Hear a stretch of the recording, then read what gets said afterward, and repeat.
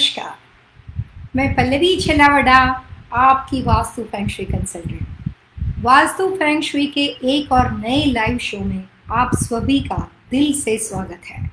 आज का दिन ही कुछ स्पेशल है। आज से नवरात्रि की शुरुआत होती है।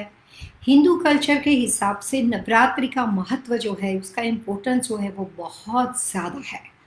जब कभी आसुरी शक्तियां इस पृथ्वी के ऊपर बढ़ गई थी और सभी देवताओं ने अपनी सारी कोशिश करने के बाद भी उस नेगेटिव और आसुरी शक्तियों से मुक्ति प्राप्त करने का जब उनको कोई रास्ता नहीं मिला, तब सारे देवी देवता ने जाके महाशक्ति आद्य शक्ति की उपासना की।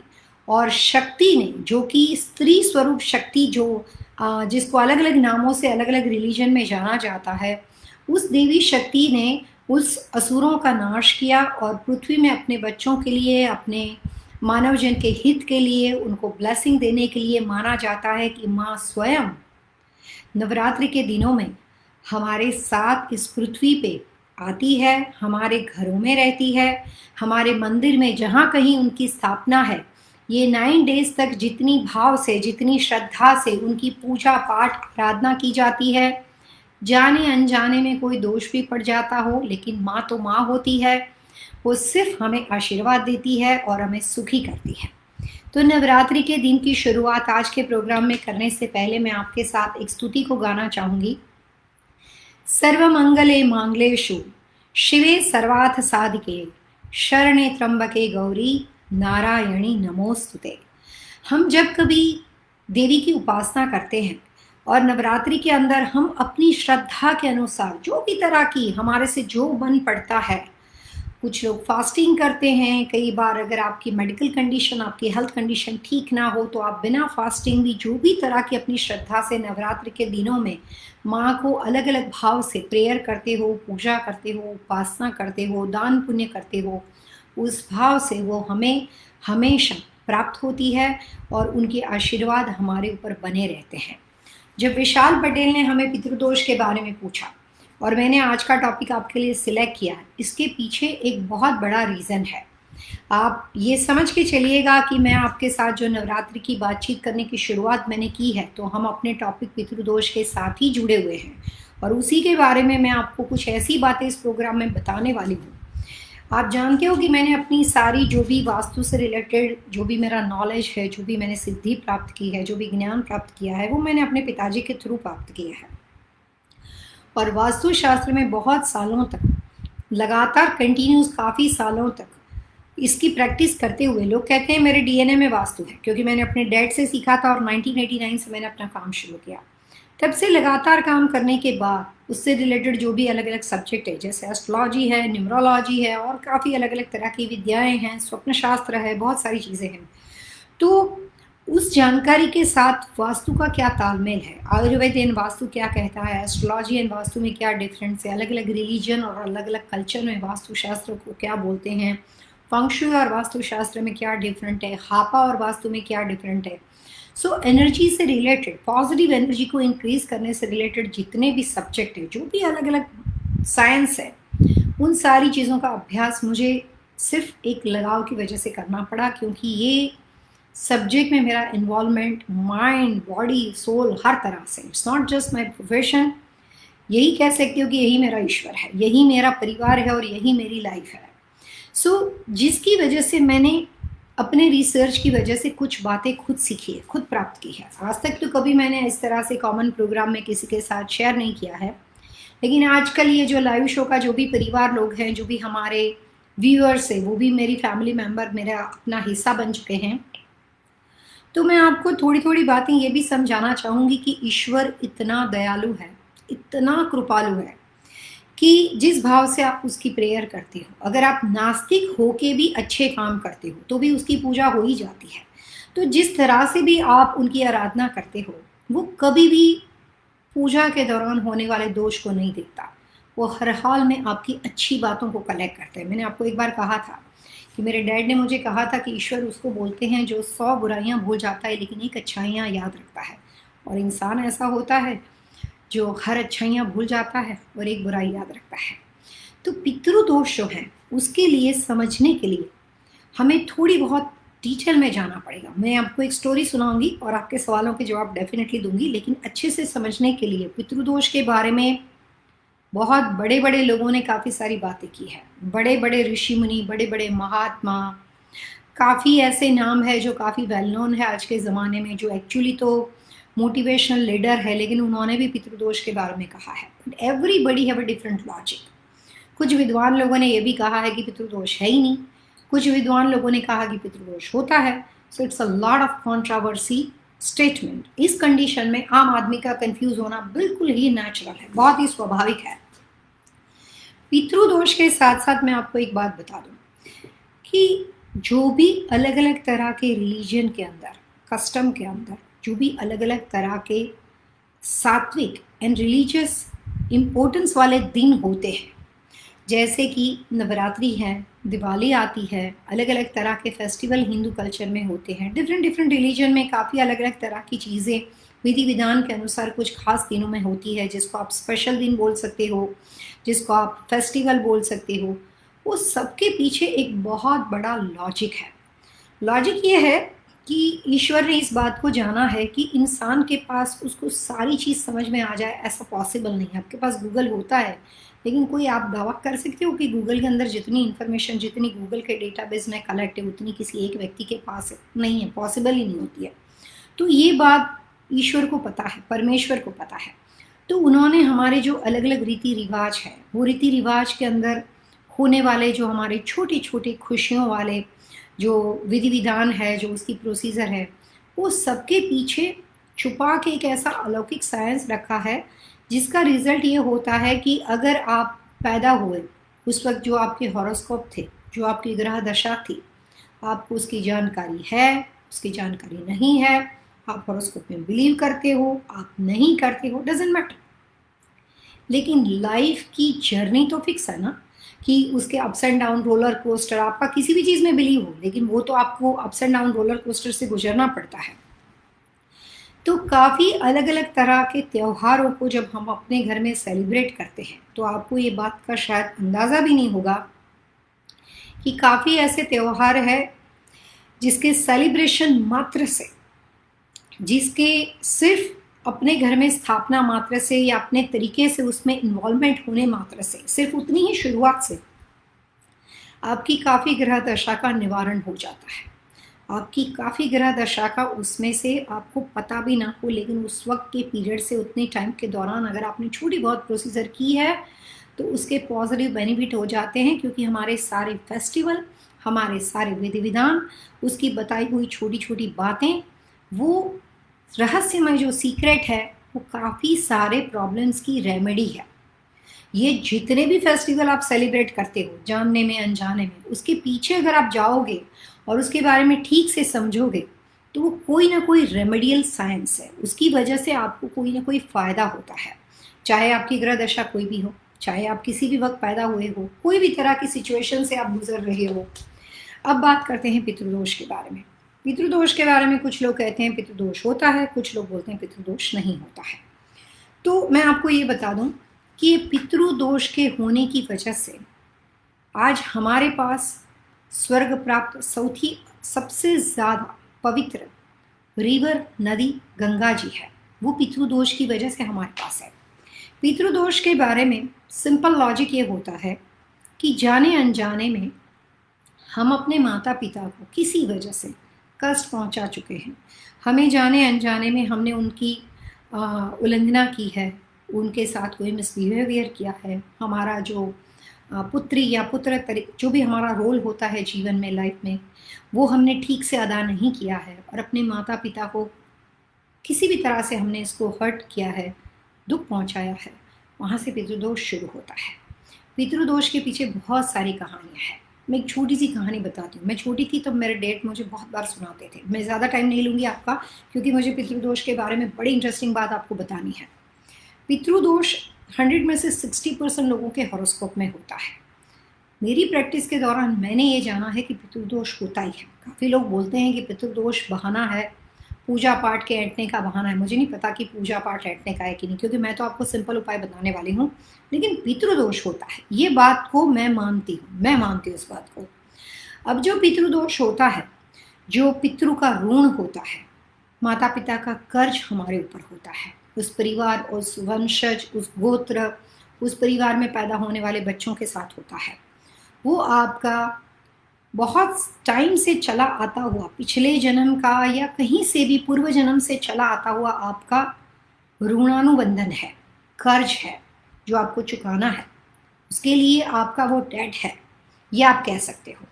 पितृदोष के पीछे सबसे बड़ी कहानी है भगीरथ राजा की। भगीरथ राजा करके एक बहुत बड़े राजा हुआ करते थे, काफ़ी दयालु और बहुत ही दानवीर राजा थे।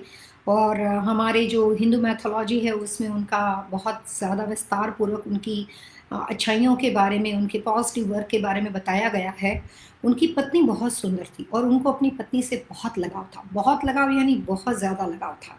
उनके बच्चे नहीं थे और एक राजा की रानी होने के बाद आदमी की क्या उपेक्षा रहती है पता नहीं होता है। लेकिन जब हमारे कर्म ऐसे हो या फिर हमारे ग्रह दशा ठीक ना हो या फिर हमारे घर के वास्तु ठीक ना हो, तो हम चीज़ों को भुगतने के बजाय अच्छी अच्छी चीज़ों में भी हमारा सिर्फ नुकसान ही होता है। भगीरथ राजा की जो पत्नी हुआ करती थी, वो हिंदू मैथोलॉजी की कहानी के अनुसार उनको सोल्जर जो कि उन आर्मी के अंदर, भगीरथ राजा की आर्मी में काम करता था, उसके साथ उसको प्यार हो गया। ये भगीरथ राजा के लिए बहुत ज़्यादा दर्दनाक, मतलब बहुत ज़्यादा हर्ट करने वाली बात थी। और वो दानवीर थे, समझदार थे, मैच्योर थे, इंटेलिजेंट थे, तो उन्होंने उसका मनोमंथन किया कि ऐसा क्यों हुआ, मेरे साथ ऐसा क्यों हो रहा है। तो उन्होंने ईश्वर की उपासना की। तो ईश्वर ने, भगवान विष्णु ने नारद मुनि को भगीरथ के सवालों का जवाब देने के लिए पृथ्वी पे भेजा और उन्होंने उसको कहा कि राजन आप एक काम करो, अपनी आंख बंद करो। राजन ने अपनी आंखें बंद की तो नारद मुनि ने उनकी आंखों के ऊपर हाथ घुमाया और भगीरथ राजा ने देखा कि 7 ब्राह्मण परिवार के जो मुखिया थे उनकी एक साथ उनका फ्यूनरल हो रहा, अग्निदाह हो रहा, उनकी चिता जल रही है। वो देख के वो शॉक हो गए और वहाँ पे उसके आसपास में जो उनका परिवार था वो लोग सब रो रहे थे और बड़ा दर्दनाक हादसा उन्होंने देखा। और वो उन्होंने आंखें खोल दी और उसने नारद मुनि को पूछा कि ये क्या था। तो नारद मुनि ने बताया कि जो भी आपके पूर्वज हुआ करते थे, जो भी आपके पीछे जिस वंश के साथ आप बिलोंग करते हो, उनके जो पूर्वज हुआ करते थे, उन्होंने ब्राह्मण की किसी वजह से, पुराने ज़माने में राजा महाराजा के ऑर्डर सबको फॉलो करने पड़ते थे, तो जो भी तरह का रीज़न रहा होगा, लेकिन उन्होंने ब्रह्म हत्या की जिसका दोष आपको लगा। रामचंद्र भगवान ने जब रावण की हत्या की थी तो रावण भी ब्राह्मण था, तो उनको भी इसी तरह सा दोष लगा था, जिसका समाधान अयोध्या जाने से पहले सरयू नदी के किनारे अयोध्या पहुंचने के साथ जो उनके ऋषिवर थे उन्होंने करवाया। तो हमारे हिंदू ग्रंथ के अंदर पितृदोष के बारे में बहुत सारी बातें थी। पितृदोष के बारे में जो शंकर भगवान की जो पत्नी हुआ करती थी, जिन्होंने अपने पिता के साथ उल्लंघना करके, उनकी बात ना मानते हुए, उनका जो हवन कुंड था उसमें वो सती जिनका नाम था, वो वहाँ पे उन्होंने अपने आप को विसर्जित कर दिया और वहाँ से भी उनके लिए भी एक पितृदोष खड़ा हुआ। तो जब कभी माता पिता, जब कभी बच्चे किसी भी वजह से, सीता के साथ भी ऐसा ही हुआ है, तो काफ़ी ऐसी हिंदू मैथोलॉजी के हिसाब से मोरल ऑफ द स्टोरी ये है कि हम अपने माता पिता की उल्लंघना करते हैं, हमारे माता पिता से कोई भी तरह का दोष हो जाता है और उसके बाद उन्होंने किसी वजह से निवारण नहीं किया, तो वो जो उनका ऋणानुबंध होता है वो चलता रहता है और वो आने वाली पीढ़ी को उसकी नुकसान को भुगतना पड़ता है, वो आपके हॉरोस्कोप में पितृदोष बन जाता है। भगीरथ राजा को जब ये रियलाइज़ हुआ कि उनके पूर्वजों की वजह से, जो उनके पूर्वजों की तृप्ति नहीं हुई है और उनकी आत्मा अतृप्त है, तो उन्होंने कहा कि सबसे पहले मुझे इनको मोक्ष दिलाना है, तो उसके लिए मुझे क्या करना चाहिए। तो नारद मुनि ने कहा कि इनको मोक्ष दिलाने के लिए सिर्फ एक ही नदी है जो जहाँ पे उनका तर्पण करना पड़ेगा। नदी के किनारे पितृदोष का तर्पण हमारे शास्त्र विधि के अनुसार माना जाता है, सिर्फ और सिर्फ नदी के किनारे। और उसके लिए आपको गंगा जी को, इंद्र राजा के दरबार में स्वर्ग से गंगा जी को पृथ्वी पे लाना पड़ेगा। लेकिन गंगा का पावर इतना पावरफुल था कि अगर स्वर्ग से गंगा जी आती तो वो सीधे ज़मीन में चले जाते। तो ऐसा कोई व्यक्ति नहीं था जो गंगा जी का फोर्स को पूरा कंप्लीटली अपने ऊपर धारण कर सके, उनके फोर्स को मैनेज कर सके, बैलेंस कर सके। तो नारद मुनि ने कहा कि एक ही देव है शंकर, शिव जी की उपासना करो, उनके पास वो ताकत है, वो गंगा जी को डेफिनेटली अपने हिसाब से स्वर्ग से आती हुई गंगा को अपने पे धारण करके पृथ्वी पे जितना चाहिए उतना आपको मिल सकती है गंगा, और वहाँ से गंगा का जन्म हो सकता है। तो उन्होंने इंद्र राजा की तपस्या की। इंद्र राजा ने प्रसन्न होकर गंगा जी को कुछ गंगा हमें पृथ्वी पे देने के लिए वो रेडी हो गए, और शंकर भगवान की प्रशंसा की, वो भी रेडी हो गए कि ठीक है मैं गंगा को धारण करता हूँ। लेकिन ये सब प्रोसीजर के अंदर गंगा जी के मन में अभिमान हो गया कि शंकर की इतनी ताकत कि मुझे कैरी कर ले, मुझे हैंडल कर ले।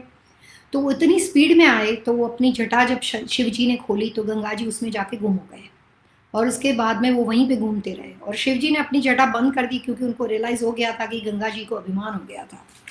और बाद में वो कैलाश पर्वत के ऊपर जप करने निकल गए, वो अपनी तपस्या करने निकल गए। भगीरथ जी को वापस शिव जी की आराधना करनी पड़ी, और उन्होंने काफ़ी विनती की। तब तक गंगा जी को भी अपनी गलती रियलाइज़ हुई, और उन्होंने भगवान की प्रार्थना की और बोली कि प्रभु मैं आपके सर का ताज बनकर रहना तो चाहती हूँ, और साथ में मैं इस पृथ्वी के ऊपर भी कल्याणकारी काम करना चाहती हूँ। तो गंगा जितनी स्वर्ग से आई थी उसमें से हमें कुछ पोर्शन मिला।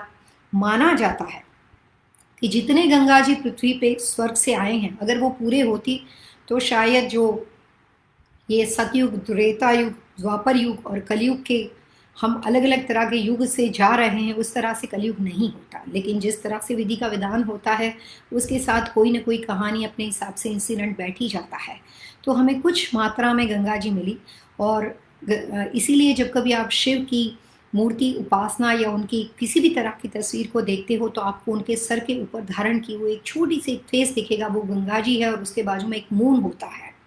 तो वहाँ से गंगा जी की जब शिव जी ने अपनी जटा खोली और गंगा जी हमें मिले, जो गंगोत्री जो मेन स्तोत्र है जहाँ से वाटरफॉल की तरह गंगा पृथ्वी के ऊपर आई, और उस गंगा के किनारे भगीरथ राजा ने अपने पितरों का तर्पण किया, और उसकी वजह से उनका जो पितृदोष था उससे वो ऋणानुबंध उनको मुक्ति हुई। एस्ट्रोलॉजी के हिसाब से पितृदोष के लिए 2 अलग अलग तरह की विधि को माना जाता है। जिस वक्त कोई गुजर जाता है और उसके पीछे जो भी हमारे हिंदू शास्त्र विधि के अनुसार जो भी आप विधि विधान करते हो पितृदोष का, वो जो किसी भी इंसान के मरने के पीछे जो क्रियाकर्म किया जाता है वो एक नॉर्मल बात होती है, वो हर एक के पीछे होता है। हर व्यक्ति के अनुसार, उनके रिलीजन के अनुसार, हर रिलीजन में कुछ ना कुछ तरह की प्रोसीजर है। लेकिन पूर्व जन्म के यानी कि आपकी पिछली 7 पीढ़ी तक की विधि के लिए जो भी तरह की क्रिया की जाती है उसको हिंदू रिलीजन के अंदर नारायण बलि बोलते हैं। और नारायण बलि या पितरों से रिलेटेड कोई भी तरह की विधि को सिर्फ और सिर्फ हिंदू शास्त्रोक्त विधि के अनुसार एस्ट्रोलॉजी के हिसाब से किसी भी तरह के नदी के किनारे वहाँ पे उनका तर्पण किया जाता है, उसकी विधि विधान की जाती है। Narayan Bali is a very long procedure होती है जो कोई भी व्यक्ति कर सकता है, और वो अपनी पिछली जो भी 7 पीढ़ी होती है उसके मोक्ष के लिए लोग नारायण बलि करते हैं। नारायण बलि हो जाने के बाद विदिन अ 1 ईयर के अंदर अगर कोई परिवार के नज़दीकी व्यक्ति का देहांत हो जाता है, मृत्यु हो जाता है, तो वो नारायण बलि जो आपने 1 ईयर पहले की थी वो उसको चली जाती है और आपको दोबारा करनी पड़ती है। सो नारायण बलि में ऐसा मत समझिएगा कि इट्स ओनली 1 टाइम प्रोसीजर। वो एक तर्पण विधि है जो आप दोबारा भी कर सकते हो, उससे कभी कोई नुकसान नहीं होता है, और वो इंस्टेंट रिजल्ट बहुत अच्छा फ़ायदा देती है। पितरों का आशीर्वाद पब्लिक को मिलता है, हमारे को मिलता है, उस परिवारजनों को मिलता है। तो इट्स अ गुड प्रोसीजर, कोई भी कर सकता है। लेकिन हम तो बात आज वास्तु के बारे में करने वाले हैं। तो पितृदोष होता है वो, ये बात मैंने आपको कहानी बताई कि पितरों का कोई भी ऋण बाकी हो इसको पितृदोष कहते हैं। उसके सिम्टम्स क्या होते हैं, जैसे विशाल जी ने हमें पितृदोष की ओर लिया, और आज आगे चल के मैं आपको भी नवरात्रि और पितृदोष का महत्व समझाने वाली हूँ। तो इसका किस तरह से आम आदमी को पता चलेगा, तो उसके 3 बड़े लक्षण है, सिम्टम्स है उसके 3 बड़े। सबसे पहला, कितनी भी कोशिश कर दो लेकिन आपके ऊपर कर्जा बना रहेगा, कोई भी कोशिश करो लेकिन कर्ज हमेशा बना रहेगा। दूसरी बात, परिवार को आगे बढ़ाने के लिए इश्यू जो होते हैं, बच्चों से रिलेटेड प्रॉब्लम्स उस परिवार में पितृदोष की निशानी की वजह से दिखाई देता है। और कई बार अगर वो बच्चे होते हैं तो इस तरह के बच्चे होते हैं कि जिसकी वजह से माता पिता को उसको देखकर एवरीडे खुद को कोसना पड़ता है कि ये मेरे घर में पैदा क्यों हुआ। सो या तो बिल्कुल ही जैसे उर्दू में नामुराद बोलते हैं, या बिल्कुल ही इस तरह के बच्चे होते हैं जिसको देखकर माता पिता कभी तसल्ली, कभी सेटिस्फेक्शन नहीं लेते हैं, बहुत दुखी हो जाते हैं। माता पिता तो माता पिता होते हैं, वो हर हाल में अपने बच्चों को दुआ देते हैं, लेकिन बाद में उनकी वजह से, उस बच्चे की वजह से उनको बड़ी परेशानियां भुगतनी पड़ती है, या फिर बच्चे नहीं होते हैं। दोनों में से कोई भी एक चीज़ हो सकती है। और तीसरा सबसे बड़ा लक्षण, सबसे बड़ा सिम्टम्स कि आपके घर में बीमारियां आपको छोड़ के जाएगी नहीं। हेल्थ प्रॉब्लम, सो मेडिकल में पैसा खर्च होना, डेट कर्जे में चले जाना, मेडिकल हेल्थ इशू हमेशा लगातार बने रहना। कभी भी डॉक्टर के पास जाओगे, डॉक्टर बोलेगा कुछ भी नहीं है, फिर भी आपके पास कुछ ना कुछ होता रहेगा। ये सारे जो लक्षण है वो पितृदोष की निशानी है। पितृदोष स्वप्न शास्त्र के साथ कनेक्टेड है। जिन लोगों की कुंडली में पितृदोष होता है, हॉरोस्कोप की बात करती हूँ मैं, आपके लिए बहुत अच्छी बात लेकर आई हूँ। मुझे नहीं पता कितने क्वेश्चन होंगे, लेकिन I am trying to give you maximum correct information, ताकि आप पितृदोष का रास्ता सिंपल तरीके से ढूंढ सको। पितृदोष जो होता है उसके लिए जो आपके हॉरोस्कोप होते हैं उसमें राहु, केतु और शनि। सूर्य जो होता है वो एस्ट्रोलॉजी के हिसाब से फादर, पिता का स्थान है। मून जो होता है वो एस्ट्रोलॉजी के हिसाब से, हिंदू एस्ट्रोलॉजी के हिसाब से माता का स्थान है। राहु, केतु और शनि, राहु, केतु और शनि, जुपिटर यानी अगर गुरु के साथ हो किसी भी एक, आपके एस्ट्रोलॉजिकल आप हॉरोस्कोप देखोगे, अगर आपके एक कोई भी तरह के एस्ट्रोलॉजिकल जो हमारे चार्ट्स होते हैं उसमें एक आपका जो बॉक्स होता है उसमें गुरु, राहु, केतु और शनि साथ में हो, तो वहाँ पे आपकी कुंडली में पितृदोष बनता है। बुध, राहु, केतु और शनि साथ में हो तो आपकी कुंडली में पितृदोष बनता है। सूर्य, राहु, केतु और अगर शनि साथ में हुआ तो वो अनएक्सपेक्टेड डेथ की वजह बन जाएगा। अदरवाइज सूर्य, राहु और केतु साथ में हो तो उस पोजीशन के अंदर भी पितृदोष बनता है। कई बार सूर्य, चंद्र, राहु, केतु साथ में हो तो उधर से भी बहुत गहरा पितृदोष खड़ा होता है। आप अपने घर की बात बताओ, हम कितना भी बोले कि फादर घर के ब्रेड विनर हैं, पैसे कमा के लाते हैं, ये हैं, लेकिन 90% घरों में क्या होता है, सच्ची बताना, मदर ही घर को रूल करती है। माँ ने कहा, किसी को भी मानना पड़ेगा। कुंडली भी कुछ ऐसा ही करती है। अभी नवरात्रि में किसके दिन चलते हैं? देवी माँ के, आद्य शक्ति के, अम्बा के, कोई भी रूप से पुकारो, लेकिन देवी के, देवी शक्ति के। और पितृदोष कहाँ से होता है? माता पिता का, जिसको कर्जा बाकी है। पिता चाहे स्ट्रिक्ट हो, पिता चाहे आपको बोले नहीं आपने मेरी बात नहीं सुनी, करना पड़ेगा, क्योंकि कई बार वो रूल्स फॉलो करते हैं। माँ फिर भी दयालु होती है, माँ बोलती कोई बात नहीं चलेगा, बेटा कितना भी तंग करेगा, बेटी कितनी भी तंग करेगी। कई बार माँ जो होती है वो उसके दुर्गुण जो होते हैं, उसके बुरे कर्म होते हैं, उसको हाइड कर देती है। Not like bad way, but just pamper, बच्चों को प्यार बहुत करती है। अभी चल रहे हैं हमारे पास नवरात्रि के दिन। एवरी टाइम नवरात्रि जो होती है, आप अगर ठीक से देखोगे तो पितृवर्ती अमावस्या जाने के बाद बैक टू बैक नवरात्रि आती है। क्यों? आगे पीछे भी आ सकती थी, किसी और महीने में भी आ सकती थी, क्यों आती बताइए? क्यों इस तरह से सारे सर्कमस्टेंसेस एक दूसरे के साथ जुड़े हुए थे। नवरात्रि के बाद दशहरा आती है, दशहरा के बाद धीरे धीरे दिवाली आती है, दिवाली के बाद साल बदलता है। जो भी अगर हम जनवरी, मकर संक्रांति से, सूरत से शुरू करके अलग अलग तरह के हिंदू रिलीजन, कोई भी तरह के रिलीजन के जो भी व्रत, पूजा पाठ, विधि विधान, त्योहारों के बारे में जानेंगे, तो मैं आपको एक बात बताती हूँ कि जो अपने दिल से कर सको, हर स्पेशल दिन के दिन, हर रिलीजन के हिसाब से, चाहे आप क्रिश्चियन हो, चाहे आप मुस्लिम हो, चाहे आप इस्माइली हो, हर रिलीजन के हिसाब से, अपने रिलीजन के हिसाब से जो भी चीज़ें होती है विधि विधान के अनुसार, वो हमें करनी चाहिए। उससे कुछ ना कुछ फ़ायदा अपने आप ईश्वर की ओर से आपको मिलता है, हमेशा मिलता है। चाहे आपको कोई चीज़ समझ में आती हो, चाहे नहीं आती हो, क्योंकि वही आपके डॉक्टर हैं और वही आपकी रेमेडी कर रहे हैं। तो जो नवरात्रि के दिनों के दौरान देवी माँ की पूजा आराधना जो होती है, शक्ति की जो आराधना होती है, कुछ लोग अनुष्ठान करते हैं, कुछ लोग अखंड ज्योत जलाते हैं, कुछ लोग माँ के अलग अलग तरह की भजन, सत्संग, कीर्तन, जिसको गुजराती लोग कई बार गरबा बोलते हैं, उस तरह की चीज़ें करते हैं। काफ़ी अलग अलग तरह की चीज़ों से माँ की उपासना करते हैं, 2 टाइम माँ की, देवी की आरती करते हैं। और वास्तुशास्त्र के हिसाब से नवरात्रि की स्थापना, नवरात्रि के अनुसार किस तरह से आपको किन किन बातों का ख्याल रखना चाहिए, उसका एक वीडियो हमने फेसबुक पे, यूट्यूब पे, सब जगह पे डाला है। उसके कम्प्लीटली 3 एपिसोड है, उसमें डिटेल डिस्क्रिप्शन है, और वो मैंने एक दिन पहले ही डाल दिया था, क्योंकि मुझे पता था कि आज मैं आपके साथ पितृदोष और नवरात्रि के बारे में बात करूँगी। तो जिन लोगों की कुंडली में पितृदोष कहीं पे भी बना हुआ हो, कोई भूत के साथ हो, अपने हॉरोस्कोप के पंच पंच नंबर के जो उसका 5 नंबर का कॉर्नर होता है वहाँ पे बॉक्स में हो, अष्ट कॉर्नर में बना हुआ हो, पंच कॉर्नर में बना हुआ हो, जो काफ़ी गहरा पितृदोष हो जाता है, उन लोगों को अपने घर में नवरात्रि का स्थापन करना ही चाहिए। नुकसान कुछ नहीं है, करना ही चाहिए। अब आते हैं वास्तु के बारे में बात करने। वास्तु में जो राहु होता है, पितृदोष होता है, राहु केतु से बनता है और उसके साथ शनि होता है। अब हम इसके बारे में बात करते हैं, वास्तुशास्त्र के बारे में। जिन लोगों की कुंडली में पितृदोष होगा वो कितना भी भाग के घर देखेंगे, कितना भी भाग के, जो भी तरह के वास्तु को जान के देखेंगे, वास्तु को बिना जाने देखेंगे, लेकिन उसके सामने हर हमेशा ऐसी ही प्रॉपर्टी आएगी जिस प्रॉपर्टी के साउथ वेस्ट और नॉर्थ ईस्ट दिशा में प्रॉब्लम हो।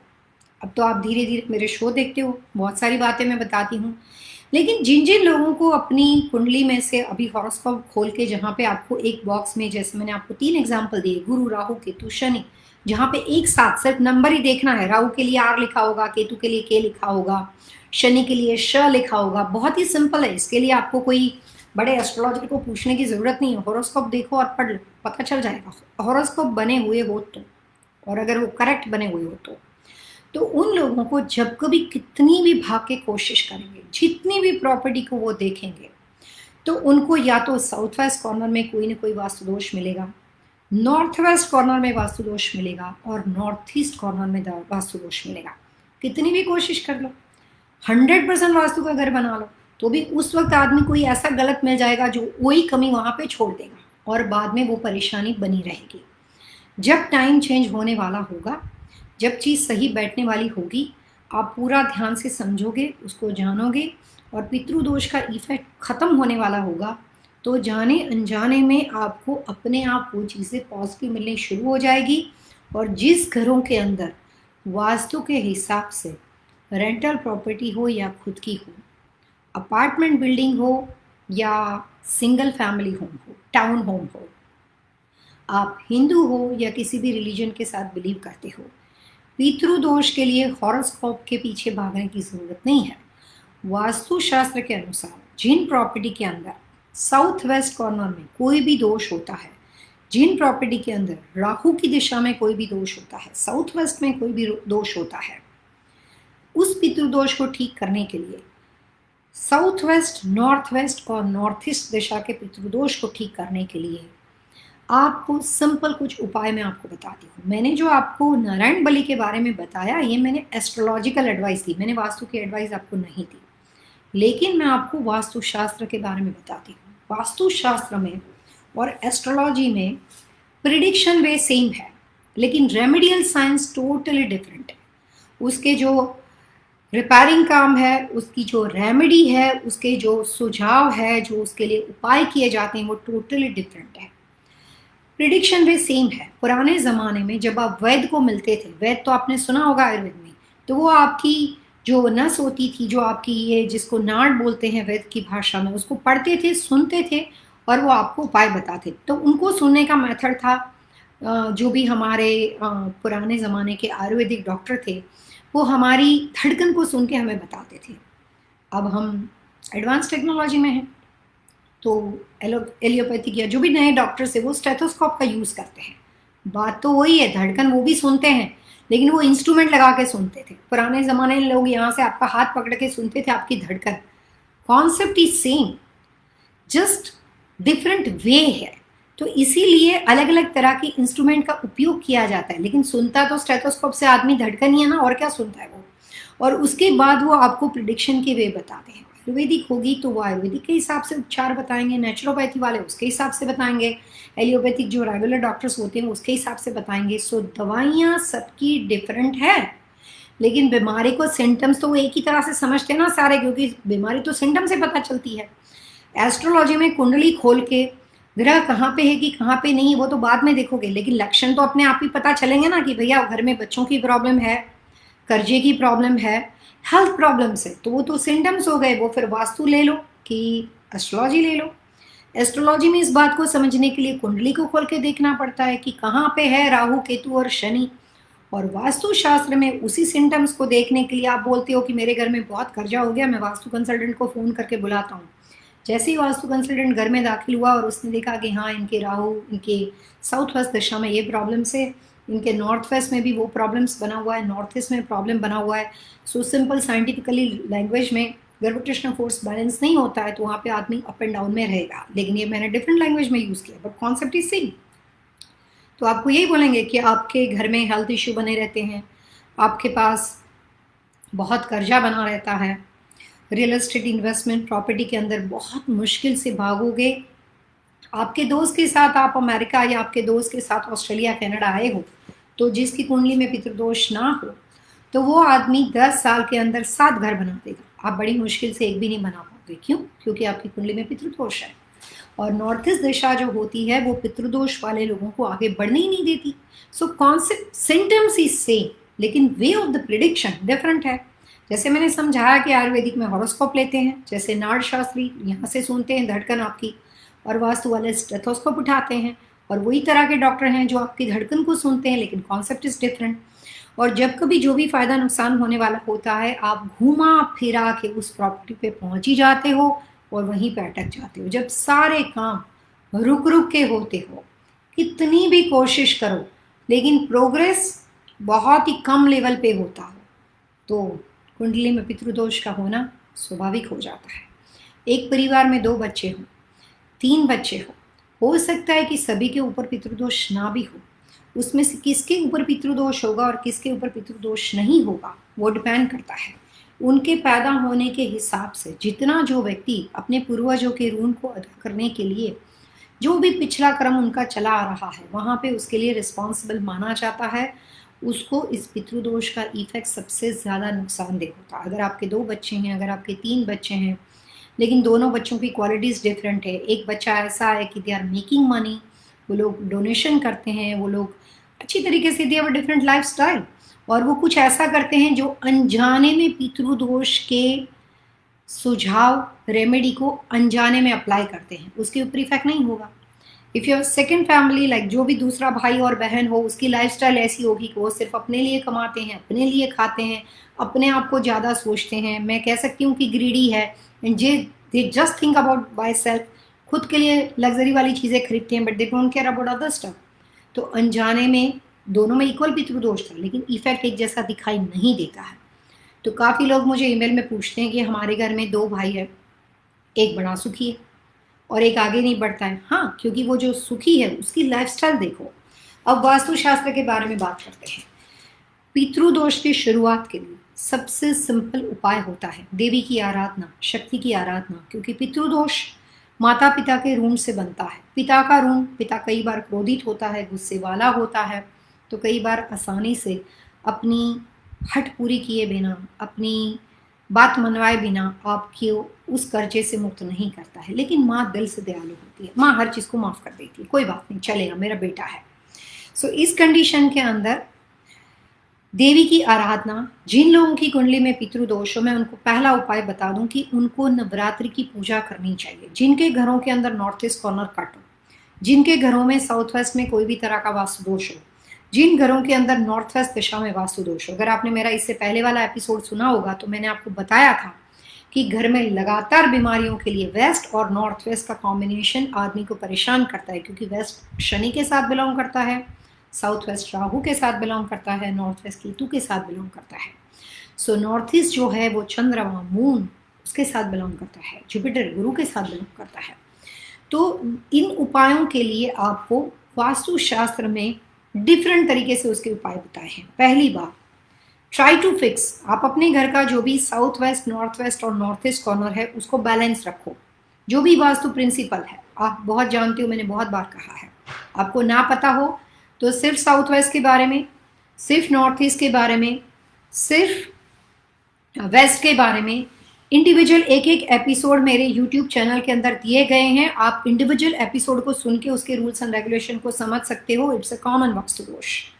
उसके बाद स्पेशली एक सिंपल उपाय मैं आपको बताती हूँ जो 100% इफेक्टिव है अकॉर्डिंग टू मी। मुझे लोगों का नहीं पता, बट मैंने अपने उपाय में जितने बड़े टेढ़े मेढ़े घर देखे हैं जिसमें कर्जा बहुत ज़्यादा हो, जिसमें बीमारियां कंटिन्यूस बनी हुई हो, और जो काफ़ी परेशान हो चुके हो, सारे उपाय करवा चुके हो, तांत्रिक मांत्रिक ये वो फलाना ढेकना सारा, लेकिन उसके बाद भी जिसको कुछ फ़ायदा नहीं हुआ, उन लोगों को मैंने सिंपल 2 उपाय से फ़ायदा दिया है। पहली बात, south west, north west, north east and sometimes west, उसमें जो भी चीज़ें रखी हुई है वो वास्तुशास्त्र के हिसाब से उनके घर में जाके, उनके कमर्शियल प्रीमाइसिस में जाके उसको फिक्स कर दिया है। ये कंसल्टेंट का काम है, वो हम कर देते हैं।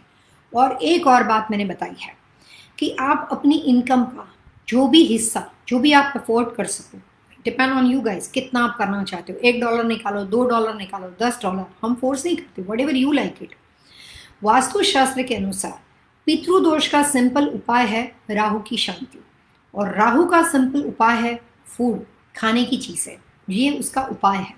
तो आप अपनी इनकम का जो भी हिस्सा, जो भी आपको ठीक लगता हो, जो आप अफोर्ड कर सकते हो, किसी ने कुछ कहना नहीं है कि इतना या उतना, और हम शो बिजनेस भी नहीं कर रहे, तो आप एवरी मंथ अपना घर चलाने के लिए अपने परिवार को जो भी देते हो, जैसे मान लो एक परिवार है, विशाल पटेल के बारे में लेते हैं, विशाल पटेल का परिवार है, वो एवरी मंथ अपना घर चलाने के लिए अपनी वाइफ को वहाँ पे $200 देते हैं, या $500 का खर्चा उसके घर का, तो आप 510 निकालो और एक आप अपने लिए पिकी बैंक बना दो, और वो जो भी पैसे आपके बचते हैं वो $10, $2, $5 डिपेंड, जो भी रुपीज़ करेंसी में आप काम करते हो उसमें आप निकालो। और वो जो पैसे आपने निकाले वो एवरी मंथ, बिकॉज पितृ आपके घर का हिस्सा है, परिवार का हिस्सा है, तो एवरी मंथ उनके लिए पैसे निकालते हैं। वो जो पैसे इकट्ठे होंगे उन पैसों में से अन्नदान करना है। अन्नदान करने के लिए 3 लोगों का आप अन्नदान अच्छा माना जाता है। पहली बात, कहीं भी आपको कौवा निकता हो तो आप उसको सेब डाल सकते हो, सॉफ्ट सेब, जिससे तीखी नहीं होनी चाहिए, नहीं तो कौवे की पंख जो होती है उतर जाती है, तो आप उसको खाना खिला सकते हो। डॉग, कोई भी तरह का डॉग, पितृदोष की सिंपल निशानी, सिंपल उपाय डॉग। आपके घर में डॉग ना हो तो डॉग के शेल्टर होते हैं, उसके बिस्किट खरीदो और शेल्टर वालों को भेज दो, उसको खिला देंगे। बिस्किट तो खाना ही खाना है डॉग को, पैसे नहीं देने हैं, फूड होना चाहिए। या उस तरह का जो हमारी जो जाति वर्ण व्यवस्था है उसमें कुछ खास लोग ऐसे होते हैं जो काफ़ी लेबर वर्क करते हैं, मजदूरी करते हैं, बहुत ज़्यादा मेहनतू होते हैं, रहने के लिए छत नहीं होती है, रास्तों पे फुटपाथ पे सोते हैं। आपने देखे होंगे ऐसे लोग जो रियली नीडेड पीपल होते हैं, तो उसको खाना खिला सकते हो। आप उसको पैसे दोगे तो उससे वो स्मोक भी कर सकता है, वो ड्रिंक भी कर सकता है, तो हमारा पितृदोष तो वहीं का वहीं रह जाएगा। सो वो नहीं करना है, उनको पैसे नहीं देने हैं। आपने कभी बाहर गए, आपने देखा, आपको पता है कि मेरे पिकी बैंक में इतने पैसे इकट्ठे हो रहे हैं, तो आप उसको ले जाओ वहाँ पे और उसको बोलो कि भैया तेरे को जो खाना है खा ले, अपने बच्चे के लिए लेके जाना है लेकर जा, तू ये भी ले ले वो भी ले ले, जो उसने खाना खा लेना है, आपको खाली पैसे देने हैं। किसको देने हैं? रेस्टोरेंट वाले को, उसको नहीं देने, उस आदमी को नहीं देने हैं। सो फूड दान, सिंपल लैंग्वेज में अन्नदान। राहु साउथ वेस्ट, वेस्ट दिशा घर की, नॉर्थ ईस्ट दिशा। राहु के लिए south west, west, north west and north east. एक दिन के अंदर सारी चीज़ों को फिक्स करना है। अगर आपको लगता है कि आपकी होटल मोटल हो और आप बड़े चाव से नया घर बदल कर चले गए और वहाँ पे जाने के बाद कर्जे में पड़ गए, अगर आपको लगता है कि आप कोई भी बिजनेस करते हो और तुरंत बंद हो जाता है, कुछ ना कुछ गड़बड़ होती रहती है, पैसे पानी की तरह चले जाते हैं, लेकिन आपको वहाँ पे जो अप्रिसिएशन क्रेडिट चाहिए वो नहीं मिलती है, सक्सेस नहीं मिलती है। पितृदोष की कुंडली के लिए ढूंढने के लिए कोई छोटे से या माइक्रो ग्लास की ज़रूरत, वो तो ऐसे ही दिखाई देता है। अगर आप अपनी ज़िंदगी में एवरी ईयर आप पास्ट में जाके देखो, अपना बैलेंस शीट बनाओ जीवन का, पितृदोष अपने आप पता चल जाएगा। हॉरोस्कोप अगर गलत भी बने होंगे तो भी पता चल जाएगा। Just check your balance sheet, आपकी लाइफ की जर्नी देखो। आप सिंसियरली सारी चीज़ की कोशिश करते हो, हार्ड वर्कर हो, मेहनत करते हो, लेकिन उसके बाद भी आपकी लाइफ किसी भी वजह से, एक्सक्यूज़ कुछ भी हो, मैं एक्सक्यूज़ के ऊपर कभी जाती नहीं, कभी कोविड-19 है, कभी बोलोगे इकोनॉमी फलाना ढेकना हो गई, कभी ये, I don't care about the economy और एनीथिंग। इतनी इकोनॉमी में भी आज भी इंडस्ट्री चलती है, यही कोविड में आज भी लोगों के घर चलते हैं। सिर्फ आपके साथ क्यों होता है? Just focus on the life, exactly आप अपने ऊपर फोकस करो। और अगर आपकी लाइफ में लगातार घर में हेल्थ इश्यू हो, किसी भी घर में व्यक्ति का बहुत ही कम उम्र के अंदर, बहुत ही कम आयु के अंदर डेथ हो, फादर का हो सकता है, भाई का हो सकता है, कोई भी छोटे छोटे बच्चे हो और इस तरह के, जिसको एस्ट्रोलॉजी में अकाल मृत्यु बोलते हैं। अकाल मृत्यु का मतलब होता है कि आपकी एज, आपकी उम्र नहीं थी और उससे पहले आपकी रिस्पॉन्सिबिलिटी सारी बाकी थी और किसी भी व्यक्ति का डेथ हो जाता है तो उसकी इच्छा, वो कुछ कहना चाहता है, उसकी भावना रह जाती है। नारायण बलि जो होता है वो जाने अनजाने में हमारे से हुई सारी गलतियों की निवारण का काम करता है। क्योंकि जब कभी आप नारायण बलि करते हो, उसकी काफ़ी लंबी प्रोसीजर, एक बार मैं आपको बताऊंगी। मैंने काफ़ी लोग देखे हैं जो नारायण बलि ठीक से नहीं करते हैं और ज़्यादातर ब्लेम प्रिस्ट को दे देते हैं। बट मैं तो यही कहना चाहती हूँ कि आपको खुद को नॉलेज होना चाहिए। अगर खुद को समझ में आएगा तो आप किसी से भी करवा सकते हो।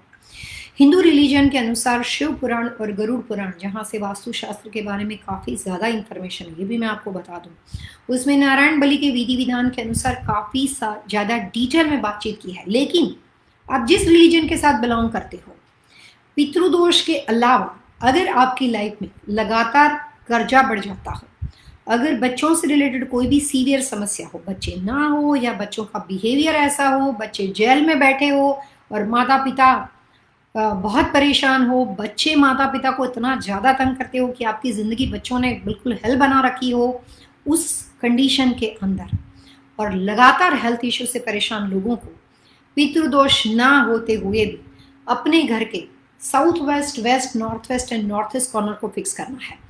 कई बार जब मैं आपको कोई मैथोलॉजिकल कहानी बताती हूँ या कोई बात को डिटेल में जाके विस्तार पूर्वक बताती हूँ तो इसका मतलब ये नहीं होता है कि ये कहानी हिंदू रिलीजन में है तो ये पर्टिकुलर एक रिलीजन ग्रुप के लोगों के लिए ना, इट्स अ कॉमन। हमें सिम्टम्स के ऊपर फोकस करना है, लक्षणों पे फोकस करना और उसका रास्ता ढूंढना है। चाहे आप उसको पितृदोष पकड़ो, चाहे आप उसको साउथ वेस्ट का दोष पकड़ो, एक ही बात होती है। अगर आप किसी रिलीजन में बिलोंग करते हो जिसके अंदर पितृदोष है, इसके बारे में जानकारी नहीं है, अगर हॉरोस्कोप की जानकारी नहीं है तो कोई बात नहीं। अगर आपके घर में south west, west, north west और नॉर्थ ईस्ट की दिशाओं के अंदर कोई भी तरह का वास्तु दोष होगा तो 3 सिम्टम्स बने हुए होंगे। बार बार कर्जे में चला जाएगा आदमी, बच्चों से रिलेटेड इश्यू होंगे और हेल्थ समस्या लगातार होगी और ऐसी होगी कि कितनी भी दवाइयाँ करोगे, इट्स कॉल्ड एंडलेस स्टोरी। बीमार होना बड़ा नेचुरल होता है, कोई भी हो सकता है व्यक्ति, लेकिन हमेशा बीमार होना ये नेचुरल नहीं हो सकता। हमेशा सिर्फ और सिर्फ बीमार होना, रोज डॉक्टर की विजिट पे जाना, रोज मेडिकल इश्यू से परेशान होना और उसमें भी कई बार डॉक्टर ये बोले कि भैया आपको तो कोई प्रॉब्लम ही नहीं है, हमने सारे टेस्ट कर लिए, कुछ नहीं है, बट फिर भी हमारे पास हेल्थ इश्यू, कभी ये कभी वो, कभी मदर इन लॉ, कभी बेटी, कभी बेटा, कभी सन इन लॉ, कोई भी व्यक्ति हो सकता है। लेकिन आपके घर में हेल्थ इश्यू की समस्या कॉन्स्टेंटली बनी हुई हो, कर्जे की समस्या बिजनेस काम में कॉन्स्टेंटली बनी हुई, इवन जॉब क्यों ना हो, और बच्चों से रिलेटेड घर में कुछ ऐसे इश्यू हो जो ना हम किसी को कह सकते हैं ना सह सकते हैं, और आपका प्रोग्रेस बिल्कुल ना के बराबर हो, पूरी जिंदगी का टाइम निकाल दिया लेकिन still now you are there, real estate कभी भी इतना ज़्यादा आपके पास ना बना हुआ हो, तो आप पितृदोष बोल दो या साउथ वेस्ट का दोष बोल दो, एक ही बात होती है। South west, west, north west and north east से रिलेटेड दिशाओं से परेशान लोगों को इस तरह के लक्षण, सिम्टम्स दिखाई देते हैं। सबसे पहले उनको south west, west, north west and north east दिशा को फिक्स करना है, और कितना भी भाग के घर ढूंढोगे ना, कैसे भी करोगे, ईश्वर ने दुनिया बनाई ऐसे है कि आपको वैसा ही घर मिलेगा। हमेशा 50 घर देखोगे, पहले लीज करके आए हो, पिछले घरों में जाके देखोगे, जहां कहीं आप पहुंच जाओगे वो दिशा कट मिलेगी, और वो कट मिलेगी तो वो आपके सामने आ जाएगा। परफेक्ट घर होगा और आप उसमें अपने ऑफर डालोगे तो वो आपको नहीं मिलेगा। सो वो आपको जाने अनजाने में रोक लेता है, फ्रोजन कंडीशन में लेकर आता है। ये है पितृदोष। पितृदोष के लिए सबसे सात्विक, सिंपल, आसान उपाय है शक्ति की उपासना, देवी की उपासना, प्लस पूरे नवरात्रि के 9 दिनों के अनुसार आपको फूड दान करना ही पड़ेगा। छोटी छोटी बच्चियां जो होती है, जो नवरात्रि के दौरान जब कभी आप कोई भी पूजा पाठ हवन करते हो, नवरात्रि में भी सबसे ज़्यादा लोग अन्नदान करते हैं, बच्चियों को, छोटे छोटे बच्चों को भी खाना खिलाते हैं। वो फिर आप कोई भी तरह का अनाथाश्रम हो, कोई भी तरह के हैंडीकैप बच्चों को रखा हुआ हो, मुकबधीर बच्चों को रखा हुआ हो, किसी को भी खिला सकते हो। आई एम नॉट सेइंग कि पर्टिकुलर इस व्यक्ति के ऊपर आप उसका उपयोग करो। अन्नदान होना चाहिए, ये सिंपल उपाय है। अगर आप नारायण बलि ठीक से नहीं कर सकते हो कोई बात नहीं। अगर आप ऐसी कोई कंट्री में रहते हो कि आपके आसपास कोई भी तरह के, आप वहाँ पे स्पेशल इंडिया नहीं जा सकते, आपकी फिजिकल कंडीशन ऐसी नहीं है कि आप वहाँ पे जा सकते हो, क्योंकि नारायण बलि करने के लिए पूरे परिवार को आमंत्रित करना पड़ता है, चाहे वो आए चाहे वो ना आए, चाहे आपका अपने भाई बहनों के साथ रिश्ता हो या ना हो, आपको खाली इनवाइट करना है। आना नहीं आना उनके ऊपर डिपेंड करता है। वो पूरी प्रोसीजर है, मैं कभी दोबारा बताऊंगी क्योंकि एस्ट्रोलॉजी का शो फिलहाल नहीं है, बट मैं आपको उसकी प्रोसीजर दोबारा बताऊंगी। फिलहाल हम वास्तुशास्त्र के ऊपर बने रहते हैं, और जिन दिशाओं के अंदर कोई भी तरह का वास्तु दोष एक साथ दिखाई देना, वहाँ पे पितृदोष होता है, वहाँ पे south west, north east, west and north west का दोष होता है, जिसको आप पितृदोष बोलते हो। उसको अगर हम हमारी लैंग्वेज में वास्तु में बोलें तो south west, west, north west का दोष होता है। उसके सिम्टम्स मैंने आपको बता दिए। अब मैं आपको इसकी एक और लक्षण और एक और उसके आपको बार बार पितृदोष रियलाइजेशन करवाने वाली चीज़ के बारे में बताती हूँ। जिन लोगों की कुंडली में पितृदोष होता है, जिन लोगों के घर में Rahu south west, north east का दोष होता है, वो लोगों को पूरे अपने जीवन काल के दौरान हमेशा जब वो सोते हैं तो उनको बार बार ड्रीम के अंदर, सपने के अंदर ऐसा दिखाई देता है जिसमें उनको बार बार फूड दिखता है। वो किसी को खाना खिला रहे हैं या खुद खा रहे हैं, लेकिन फूड बार बार दिखेगा। चाहे ड्रीम का कॉन्सेप्ट कुछ भी हो, आप किसी को खिला रहे हो, कोई आपके पास खा रहा है, कुछ भी हो, लेकिन फूड बार बार दिखता है। ऐसे लोगों को बार बार पानी दिखता है। आप रिवर के पास हो, बीच पे गए हुए हो, खुद पानी पी रहे हो, किसी को पिला रहे हो, लेकिन पानी बार बार दिखता है। और कई बार लोगों को ऐसा दिखता है कि वो माउंटेन के ऊपर गए, ऊपर से गिरे और आधे में आके अटक गए। सो अगर आपको ऐसा बार बार दिखता हो सपने में कि आप गिर रहे हो, ऊपर से ऊंचाई पे जाके, काफ़ी हाइट पे जाके आप गिर रहे हो और किसी वजह से आप रुक गए और मिडल ऑफ द वे आके आप रुक गए, आपको ऐसा बार बार दिखता हो कि आप किसी को पानी पिला रहे हो, कोई पानी पी रहा है, कोई पानी में डूब रहा है, लेकिन पानी बार बार दिखता हो, बार बार फूड से रिलेटेड कोई भी तरह का सपना, कोई भी तरह का ड्रीम आपको बार बार आता हो, तो ये सारे पितृदोष की निशानी है। पितृदोष के लिए वास्तुशास्त्र के नियम के अनुसार मैं आपको एक बार और कहना चाहूँगी कि एक सिंपल उपाय मैं बताती हूँ जो कोई भी कर सकता है। मेरे पास आपको सारे ऐसे सिंपल उपाय मिलेंगे जो मैं पूजा पाठ डेफिनेटली करने में बिलीव करती हूँ, लेकिन कई बार आप बाहर की कंट्री में, आप रशिया मॉस्को में हो, आप ऑस्ट्रेलिया में हो, आप सिंगापुर में हो, समटाइम्स हम चाहते हैं लेकिन हमारे पास प्रैक्टिकली उस वक्त उस सिचुएशन बनी नहीं होती है। तो उस कंडीशन के अंदर आप सिंपल एक माटी का दिया लेकर उसके अंदर एक सिंपल लौंग डाल के, उसमें ऑयल डाल के, उसको साउथ की दिशा में, जब तक आप नारायण बलि या जब तक कोई आप पितृदोष के लिए जो भी आप पैसा इकट्ठा कर रहे हो उसमें कोई भी तरह का खाने के लिए भी आसपास व्यवस्था ना हो, तो आप उस तरह से पितरों के लिए एक दिया जला सकते हो, जिस दिए का जो फेसिंग होता है वो साउथ फेसिंग होता है। अगर आपका जो भी रिलीजन आपका हो उसमें अगर आपको परेशानी ना हो तो आप पितरों के लिए एक तरह का दिया दक्षिण दिशा में अपने किचन एरिया में, भगवान के मंदिर में नहीं जलाना है, वहाँ पे आप दीप को, वहाँ पे दक्षिण दिशा की ओर देखता हुआ दीप जो होता है वो आप रख सकते हो।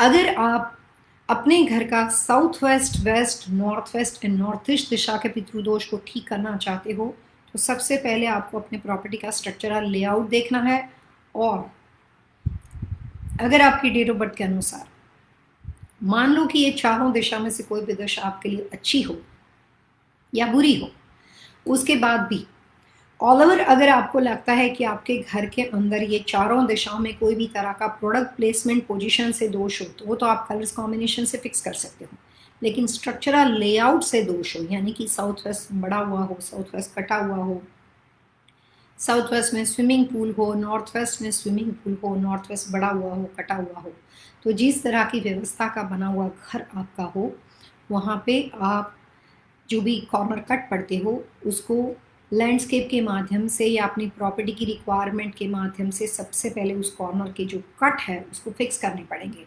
और उसको बैलेंस करना पड़ेगा। और वास्तु ये कहता है कि जिस तरह से वास्तुशास्त्र के अनुसार, यानी कि ज्योतिष शास्त्र के अनुसार अलग अलग तरह के पितृदोष में, पितृदोष के साथ राहु केतु के साथ जब शनि बैठता है वो अगर आपके पंच कॉर्नर में और अष्ट कॉर्नर में हो तो कई बार वो लाइफ टू डेथ सिचुएशन का निशानी बन जाती है, अनएक्सपेक्टेड डेथ की निशानी बन जाती है। ठीक बिल्कुल उसी तरीके से वास्तुशास्त्र में आप सभी लोग जानते हो कि नॉर्थ ईस्ट में टॉयलेट नहीं होना चाहिए, उसके बारे में काफ़ी सारी चीज़ गूगल आपको बताता है, लेकिन जितनी बातें बताता है वो घर के मेल पर्सन के लिए unexpected severe health issue, life to death situation, घर के बेटों के लिए, घर के पैदा होने वाला छोटा सा बच्चा हो या घर के किसी एक उम्र के पड़ाव का व्यक्ति हो, लेकिन it's related with severe health issue से रिलेटेड चीज़ों के बारे में बताया जाता है।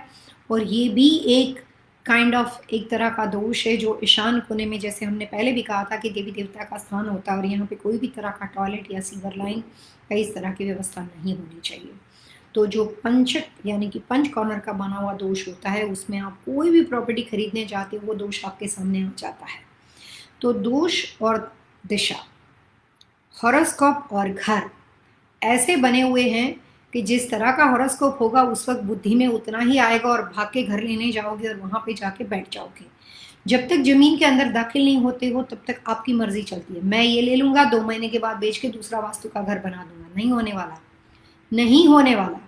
जब तक घर के बाहर खड़े रहकर सोचते हो तब तक आपकी मर्जी चलती है। जैसे ही प्रॉपर्टी में दाखिल हो गए, जगह की मर्जी चलती है।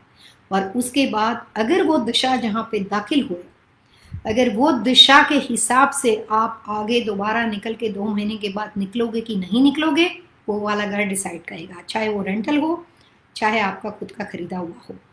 प्रॉपर्टी की सबसे बड़ी खूबी ये होती है कि लेना या नहीं लेना वही सिर्फ आपके हाथ में है। ले लेने के बाद, जैसे मैंने पहले बताया है कि 1 साल, 3 साल, 5 साल, 7 साल और 10 साल जमीन की एनर्जी बदलती है। कितने लोग सोचते हैं कि मैं इस घर को बेच दूंगा और उसके बाद बड़ा घर लूंगा, निकले बाहर।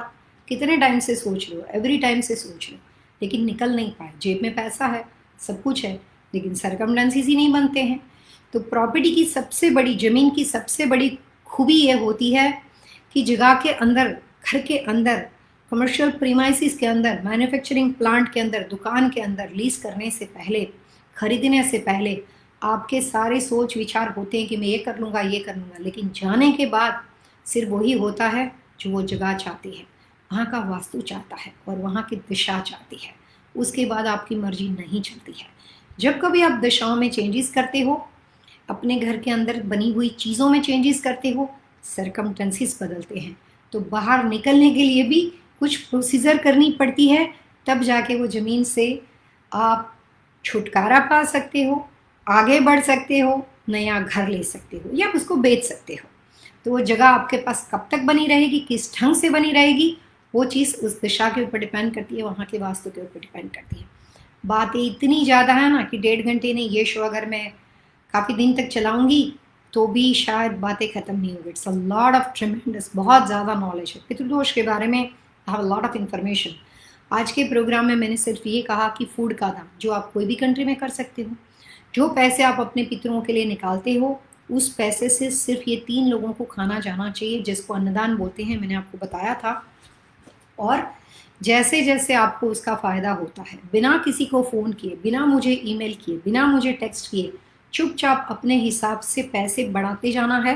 पहले $10 निकाले थे, लग रहा है कि ये तो सब सही हो रहा है, पैसे कर्जे में जाते थे, बचने शुरू हो गए। $20 कर दो, $50 कर दो, 100 कर दो, $5000 कर दो, किसी को नहीं बोलना है, just do it, just do it, but quietly. कहते नहीं रहना है कि मैंने ये किया, मैंने वो किया, जस्ट डू इट। और उससे मेरा अनुभव ये कहता है कि 10 गुना होकर आपको वापस आएगा, क्योंकि वो ब्लेसिंग देते हैं, वो आशीर्वाद देते हैं। अगर आपने इतना करना है, सामने रिटर्न में आपको इतना मिलना है, बट करना तो पड़ेगा। और देवी की आराधना, महाशक्ति की आराधना, क्योंकि वो माँ है, हजारों तरह के प्रॉब्लम से आपको बचा सकती है। मैं खुद एक्चुअली मैं सर्वधर्म संप्रदाय हूँ, लेकिन नवरात्रि मेरे लिए बड़ा स्पेशल ओकेशन होता है, बहुत ही स्पेशल होता है। और मैं यही कहना चाहूँगी कि कितनी भी बिजी लाइफ में आप जीते हो, आपको बिल्कुल टाइम मिलता हो कि ना मिलता हो, लेकिन शाम को एक माँ की जब आप आरती करते हो, देवी माँ की आरती करते हो, और अगर पॉसिबल हो तो घर के सारे लोग इकट्ठे होके वहाँ पे रहो और शक्ति की आराधना करो। अगर आपको डायबिटीज़, कोई भी तरह के मेडिकल और हेल्थ इश्यू है, तो अपने घर वालों को टॉर्चर किए बिना, अपने शरीर को टॉर्चर किए बिना, फास्टिंग ना करते हुए, जस्ट डू इट, जस्ट खाली देवी की आराधना करो। ईश्वर को जिस भाव से भी पुकारोगे वो आपके दिल में आकर, आपके घर में आकर उनकी स्थापना और उनके ब्लेसिंग आपको मिलेंगे, उनका आशीर्वाद आपको मिलेगा। सिर्फ पूजा करते रहो बस काफ़ी है। आप सत्संग के माध्यम से करो, नवरात्रि के दिनों में प्रण लो कि मैं 2 बच्चों को पढ़ाऊँगा, किसी के एजुकेशन का खर्चा उठाऊँगा, किसी को मेडिकली हेल्थ की ज़रूरत हो तो वहाँ पे आप प्रण लो। जो भी अच्छे दिनों है उसमें अपने नाम से नहीं करना, देवी माँ के नाम से करना, क्योंकि नवरात्रि है तो उनके नाम से नीडेड लोगों को आपको जहाँ ठीक लगता है वहाँ पे आप दे सकते हो। ये भी शायद एक सत्संग का ही जरिया होता है। और काफ़ी कम्युनिटी के अंदर ऐसे लोग होते हैं जो अपनी कमाई का कुछ खास हिस्सा, कुछ 1/4 या कई बार 50% हिस्सा हमेशा डोनेशन पहले करते हैं बिना बोले, और वो हमेशा अपने आप को क्वाइटली लो प्रोफाइल रखकर जो भी सत्कर्म है वो करते हैं, और वो करना चाहिए। हर रिलीजन के अंदर कहीं ना कहीं, हर रिलीजन में फूड दान का, अन्नदान का महत्व है, और दान पुण्य का महत्व है, डोनेशन का महत्व है। तो पितृदोष के बारे में आपको मैंने ये भी कहा कि हिंदू रिलीजन के हिसाब से आप नदी किनारे जाके कर सकते हो। मेरे एक अटलांटा में क्लाइंट है, बहुत बड़े होटल एसोसिएशन के साथ वो बिलोंग करते हैं, बड़ा फेमस नाम है उनका, और घर के पीछे क्रिक के अंदर उनके माताजी का देहांत होने के बाद वहाँ पे सारा विधि विधान कर दिया। तो मैं सिर्फ ये कहना चाहूँगी कि जो लोग इंडिया में रहते हैं, जिनके लिए सब कुछ आसान है, काशी जाना, नासिक त्र्यंबकेश्वर जाना, जो भी शिव के 12 ज्योतिर्लिंग है, उसी ज्योतिर्लिंग के किनारे जो नदी का किनारा है वहीं पे पितृदोष को शास्त्रोक्त विधि के अनुसार किया जाता है। इसीलिए लोग रामेश्वर जाते हैं, नासिक त्र्यंबकेश्वर जाते हैं, अलग अलग तरह की लोकेशन पे जहाँ पे 12 ज्योतिर्लिंग हो वहाँ पे जाते हैं और पितृदोष करते हैं, नारायण बलि का श्राद्ध विधि विधान करते हैं। लेकिन अगर आप अमेरिका में हो, ऑस्ट्रेलिया में हो, कनाडा में हो, आपके पास वहाँ तक जाने का वक्त नहीं है, तो सिंपल दक्षिण दिशा में दिया करो, पितरों के नाम से अन्नदान करो। लेकिन घर के पीछे की क्रिक में, कोई भी तरह के लेक में, कोई भी तरह का बिल्कुल ही दूषित पानी हो, वहाँ पे जाके श्राद्ध नहीं कर सकते। वहाँ पे जाके कोई भी तरह के पितरों की तर्पण विधि अपने घर की भूमि के अंदर जाके नहीं कर सकते। सिर्फ और सिर्फ शिव का मंदिर और नदी का किनारा हो तो ज़्यादा अच्छा है, या फिर नदी का किनारा, तो उसके हिसाब से करना चाहिए। कई बार हम शॉर्टकट में चले जाते हैं क्योंकि हमें वक्त नहीं होता है, और कई बार लोग भी मिसगाइड कर देते हैं। तो मैं सिर्फ ये कहना चाहूँगी कि पितृदोष नदी के किनारे के अलावा नहीं करना चाहिए। अब हम शुरू करते हैं क्वेश्चन आंसर का टाइम। जैसे विशाल जी, हैप्पी नवरात्रि के साथ हमारे साथ, मैं अपने सारे व्यूअर्स को बता दूं कि वास्तु टीम की ओर से आप सभी को नवरात्रि की बहुत बहुत शुभकामना। कल मैं आपको अपने शो में नवरात्रि के 9 दुर्गा के अलग अलग तरह के रूप के कुछ सीक्रेट्स देने वाली हूँ, बहुत ही अच्छी बात बताने वाली हूँ, जो आप अपने घर में कुछ खास तरह के वास्तु दोष को, अपने खास तरह के ग्रह दशा के निवारण के लिए यूज़ कर सकते हो। लेकिन मैंने आपको अभी बताया कि गुरु चंद्र की कोई भी युति हो, चंडाल योग हो, पितृदोष हो, वो सबके लिए नवरात्रि की पूजा आराधना से काफ़ी फायदा होता है। और जिस तरह से आप अपने जो भी रिलीजन के साथ बिलोंग करते हो और जिस तरह से भी करना चाहते हो, जिस भाव से आप उनकी आराधना करना चाहते हो, उस भाव से देवी की उपासना करनी चाहिए। माँ हमेशा बच्चों के लिए अच्छा ही सोचती है। सो विशाल जी, हैप्पी नवरात्रि आपको। सुनीता भटाड़ा, हेलो पल्लवी जी, ओके। मिस हारून, हैप्पी नवरात्रि। आप सभी को मैं पल्लवी छलावड़ा और मेरी वास्तु फेंग शूई टीम की ओर से हैप्पी नवरात्रि। आपका घर परिवार हमेशा प्रसन्न रहे और ईश्वर आपकी सारी इच्छाएं पूरी करे, ऐसी आप सभी के लिए दिल से दुआ। उसके बाद कुछ क्वेश्चन आंसर शुरू होते हैं यहाँ पे। संतोष शेट्टी,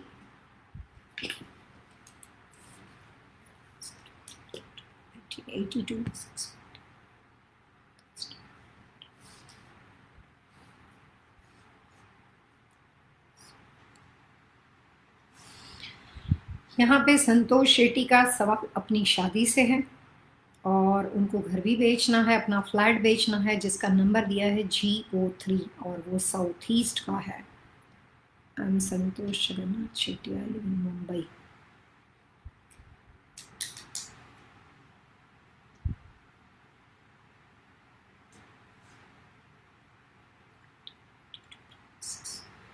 6:40 AM और PM नहीं लिखा आपने।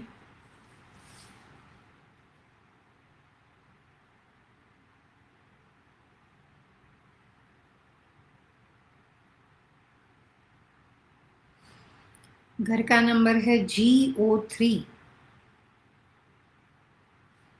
और पूरा नाम है संतोष शेट्टी जगन्नाथ शेट्टी, संतोष जगन्नाथ शेट्टी।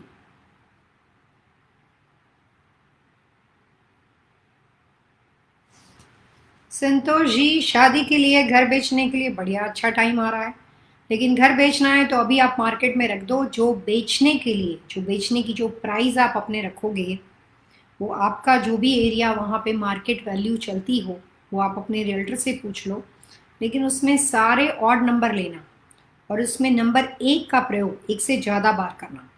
सपोज़ मैं आपको छोटे नंबरों से एग्जांपल देना चाहूँगी। आपके फ्लैट की वैल्यू अपने मार्केट के हिसाब से जो भी बनती हो, मान लो 1 लाख रुपया उसकी वैल्यू है, मान लेते हैं, तो आप 1,01,11 रख सकते हो, 1,11,101 रख सकते हो, 1,06,101 रख सकते हो। एक नंबर का प्रयोग 1 से ज़्यादा बार करना है।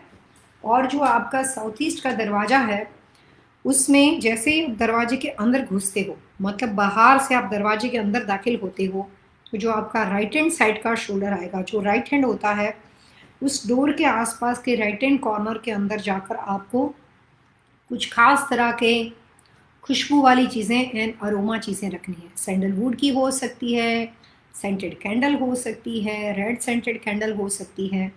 और उस रेड सेंटेड कैंडल या अरोमा प्रोडक्ट के लिए एक आपको प्लेट लेना है जो लकड़ी का होना चाहिए।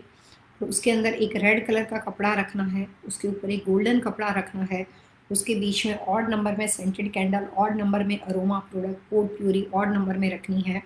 और जब तक घर नहीं बिक जाता ऐसे ही रखना है। और जो ओरिजिनल रियल एस्टेट के जो पेपर हैं, फ्लैट के, अपार्टमेंट बिल्डिंग के पेपर हैं, वो आपको जाके पूरा सेट नॉर्थ वेस्ट में रखना है। और भी कुछ छोटी छोटी बातें हैं, लेकिन फ़िलहाल तो मुझे नहीं लगता कि इन डेप्थ बेचने के लिए ज़्यादा रेमेडी मुझे यहाँ पे आपको देनी पड़ेगी, इससे आपका काम बन जाएगा। और शादी के लिए कमिंग ईयर अच्छा आ रहा है, तो पहले घर बेचो, शादी के बारे में नेक्स्ट ईयर सोचो 2021 में, वो आपके लिए ज़्यादा अच्छा रहेगा। सुनीता जी हमारे साथ है और my daughter Aishwarya, date of birth July 8, 1996।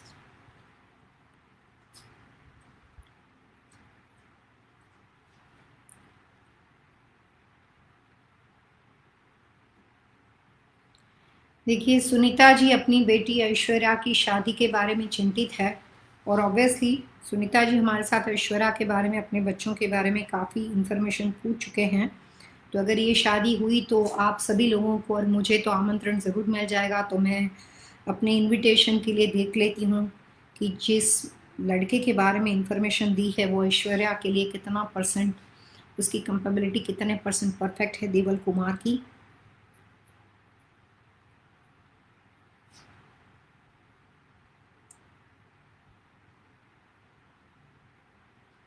वैसे सुनीता जी, मैं ये बात बताऊं कि ये बड़ा सीरियस क्वेश्चन है, इसको लाइव शो में पूछना मुझे वायबल नहीं लगता है, but choice is yours.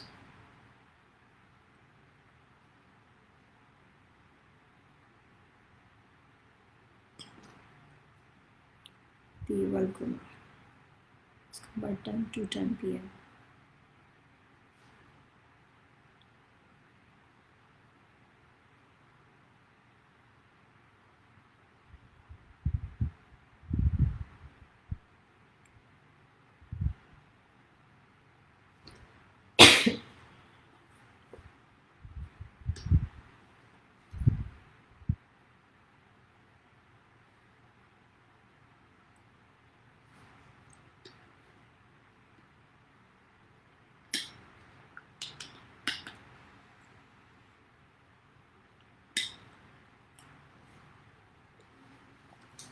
Sorry, जरा पितृदोष का जो हमारा डिस्कशन था थोड़ा लंबा हो गया, पानी की ज़रूरत बहुत ज़्यादा पड़ गई।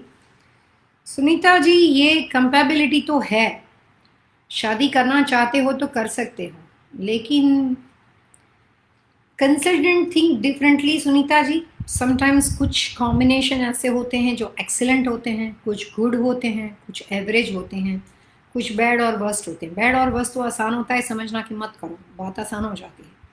बट एक्सीलेंट और गुड होता है सुनीता जी, बात कोई पर्सनल प्रेफरेंस की ना हो, लव और इमोशन की ना हो, तो आई थिंक सो वेट करना चाहिए। This is a good combination, but I'm really sorry to say it's not excellent combination. It's a different है। आप धीरे धीरे बात को समझ पाओगे। लॉन्ग टर्म रिलेशनशिप में लाइफ की जर्नी कैसी जाएगी, उसके बेस पे एक्सीलेंट और गुड को देखा जाता है।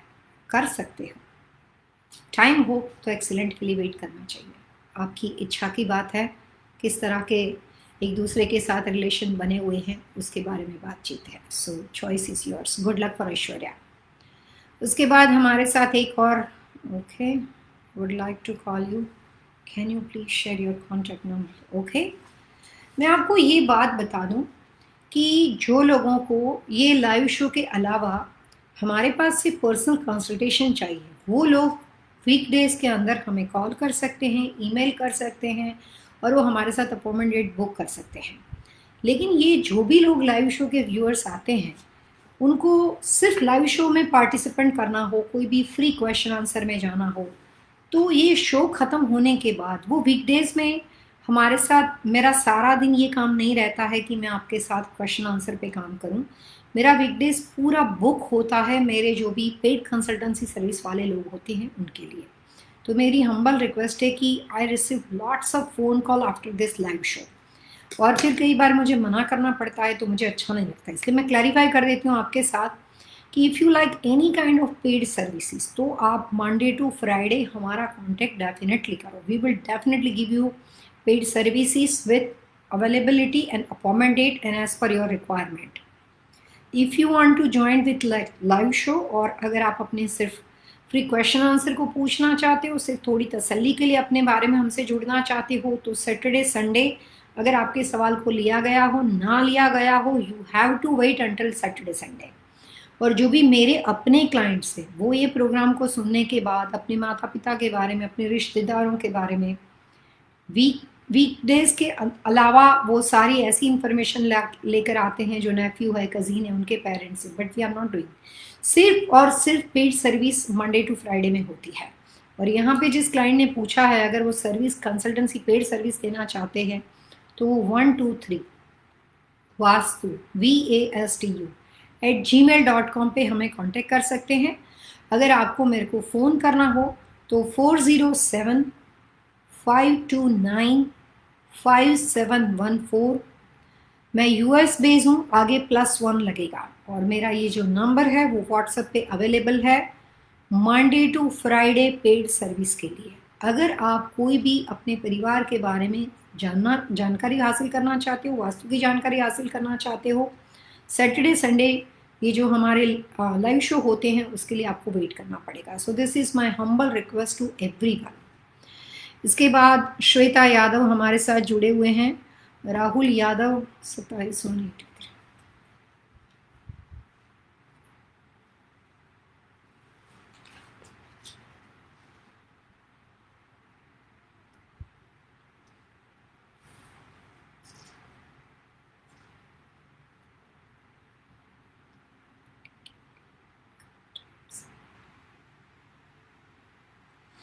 Shweta ji, I don't understand your question. अगर आपने नया घर बाय किया है तो फिर आपने लिखा है कि प्लीज़ बताएं हाउस और प्रॉपर्टी के लिए कब टाइम सही है।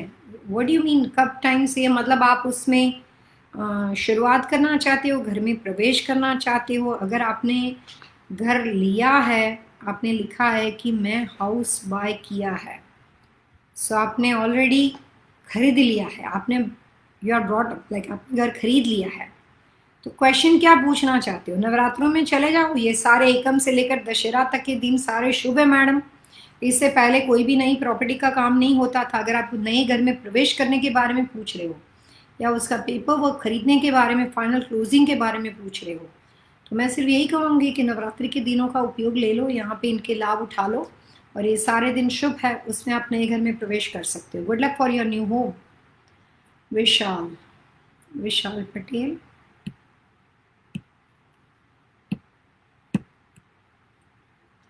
ओके।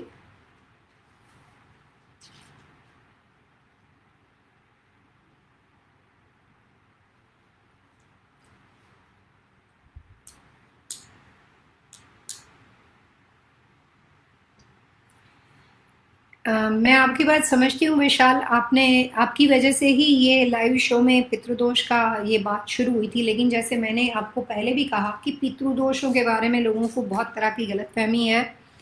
लोग समझते हैं कि पूरी ज़िंदगी के दौरान एक बार पितृदोष नारायण बलि कर लो तो बात ख़त्म हो जाएगी। ऐसा नहीं होता है विशाल, डिपेंड करता है।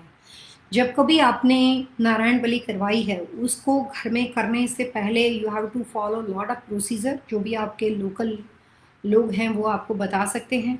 जो भी उसके विधि विधान है, पितरों के काम में कोई भी तरह का दोष जो होता है वो वहाँ पे उसके लिए सॉरी, अपॉलॉजी और माफ़ी नहीं होता है। सो पितृदोष के लिए सिर्फ ये होता है कि you have to do again and again, कुछ और करना पड़ता है। और आपने इतनी बार नारायण बलि करवाई है, तो जितनी बार आपने नारायण बलि करवाई हो उसके बाद आपके परिवार में से close to family, extended family, जाने अनजाने में किसी का डेथ हो चुका हो तो वो पूरी नारायण बलि उनको चली जाती है, आपको अगेन करना पड़ता है। तो हो सकता है आपने 3 बार करवाई हो, उसके बाद कुछ न कुछ ऐसे इंसिडेंट बने हुए हो जिसकी आपको जानकारी ना हो। लेकिन आज हमने हमारे प्रोग्राम में जो सिंपल प्रोसीजर आपको बताई अन्नदान की, वो तो आपके लिए बहुत ही आसान है। आप आज से नवरात्रि का स्थापन करो, अपने घर में देवी की उपासना करो, पूजा करो, और जो भी तरह की आपकी इनकम हो उसमें से जो जितना भी हिस्सा, आप 1 रुपीज़ निकालो, आप जो भी पैसे निकालो, चॉइस इज योर्स। लेकिन आप अन्नदान करके पूरे 1 ईयर तक, पूरे 1 साल तक पैसे हर महीने नो मैटर व्हाट निकालने हैं, जो भी आप अफोर्ड कर सको। आपको लगता है कुछ सही हो रहा है तो फिर उसको ज़्यादा ज़्यादा अपने हिसाब से बढ़ाते जाना। और काफ़ी सारे सीक्रेट बातें होती है जो पितृदोष के लिए की जाती है। मैं आपको दोबारा कभी कोई इस तरह के प्रोग्राम में मौका, पितृदोष is a very large subject. वो एक रात में एक सब्जेक्ट के अंदर 1.5 घंटे में ख़त्म होने वाला सब्जेक्ट नहीं है, because we have lot of information. तो कोई भी नदी के किनारे पितृदोष शास्त्रोक्त विधि के अनुसार हुआ होना चाहिए। वास्तु के हिसाब से करना चाहते हो तो अपने घर का साउथ वेस्ट, अपने घर का नॉर्थ ईस्ट, अपने घर का वेस्ट और नॉर्थ वेस्ट, ये कॉर्नर्स के अंदर जो भी चीज़ आपने रखी है पहले अपने घर का वास्तु फिक्स करो। हम वास्तु से ही शुरू करते हैं विशाल। आप 3 बार नारायण बलि करवा चुके हो, still now you don't have a result, तो आप अपने घर से शुरुआत करो। समथिंग इज मिसिंग, कुछ गलत नहीं हुआ होगा, बट माइट भी कुछ चीज़ मिस हो रही है, कुछ चीज़ छूट रही है आपके हाथ से। तो वास्तु से शुरू करो, 3 दशाओं को फिक्स करो, और अपने परिवार को जिस तरह से खाना खिलाते हो, आप घर के मुखिया हो, अपने मदर को, अपनी वाइफ को, उतनी रिस्पॉन्सिबिलिटी आप अपने पितरों की ले लो। और उतना एक हिस्सा निकाल के, आपको जिस तरह से मैंने आपको बताया वैसे आप अन्नदान 3 लोगों के पास जो बिल्कुल ही नीडेड पर्सन हो, जो कौवा होता है, इंडिया में तो बहुत जगह पे मिल जाता है, यहाँ पे तो वो भी मुश्किल होती है, डॉग वगैरह होते हैं, आप अपने घर में भी डॉग रख सकते हो। ये भी एक अच्छा तरीका है, क्योंकि फिर आप उसको मेंटेन करोगे, उसका ध्यान रखोगे। लेकिन अगर आप उसको संभाल सकते हो, अगर फिर उसका बहुत ही मिसयूज़ होने वाला हो और आपके पास टाइम ना हो, तो ये सब में नहीं पड़ना। सिंपल किसी व्यक्ति को खाना खिलाना आसान होता है। मंदिरों में जाके लंगर या अन्न के भंडारे में पैसा डालना, उसकी बात नहीं चल रही, वो पितृदोष की निशानी नहीं है, पैसे की बात ही नहीं चल रही। फूड का दान कंपलसरी होना चाहिए। आपकी नज़रों के सामने उसने खाना खाया है और आपने उसके पेमेंट किया हुआ है, तो ऐसे काफ़ी अलग अलग तरह की व्यवस्था होती है जिसमें आप लोगों को खाना खिला सकते हो।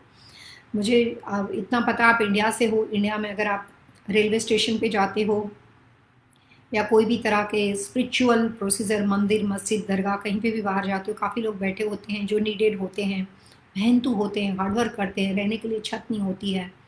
तब उसमें से दिन भर से शाम भर तक वो बेचारे इतने सूखे हुए, थके हारे होते हैं। तो जितने लोगों को आप अफोर्ड कर सकते हो, 2-4 लोग, 6 लोग, उतने लोगों को खा, आप एक को भी कर सकते हो विशाल, तो भी चलेगा। तो वहाँ से आप शुरुआत तो करो। आपने इतनी बार एस्ट्रोलॉजी के हिसाब से नारायण बलि की है, आप कुछ वास्तु के हिसाब से चल के देखो। आई एम थिंकिंग जितना प्यार आप लोगों की ओर से हमें मिल रहा है, मुझे नहीं लगता है कि 1 साल में शो खत्म होगा, ऐसा लगता तो नहीं है। So if I am with you, आप मेरे साथ रिजल्ट बांट सकते हो अपना दिल से। It's really really beneficial, I knew it, what जो भी मैं आपसे बात कर रही हूँ। So just try it. वो आपको कर्जे में, रियल एस्टेट बढ़ाने में, बिजनेस में बैलेंस करने में काफ़ी हेल्प करेगा विशाल जी। तो एस्ट्रोलॉजी के साथ साथ थोड़े से ये प्रयोग करो और अपने घर की कुछ दिशाओं को फिक्स करो। So good luck. उसके बाद समीर पटेल हमारे साथ हैं। Hello Pallavi ji, happy Navratri. I am Sameer, date of birth 4 October 1968। Sameer ji का बर्थडे बहुत नज़दीक आने वाला, नहीं चला गया, बिलेटेड बर्थडे है। ओके समीर जी, सॉरी हम लोग मिस कर गए आपका birthday. 258 Ahmedabad Gujarat, in Chicago wife Bharati Patel 28।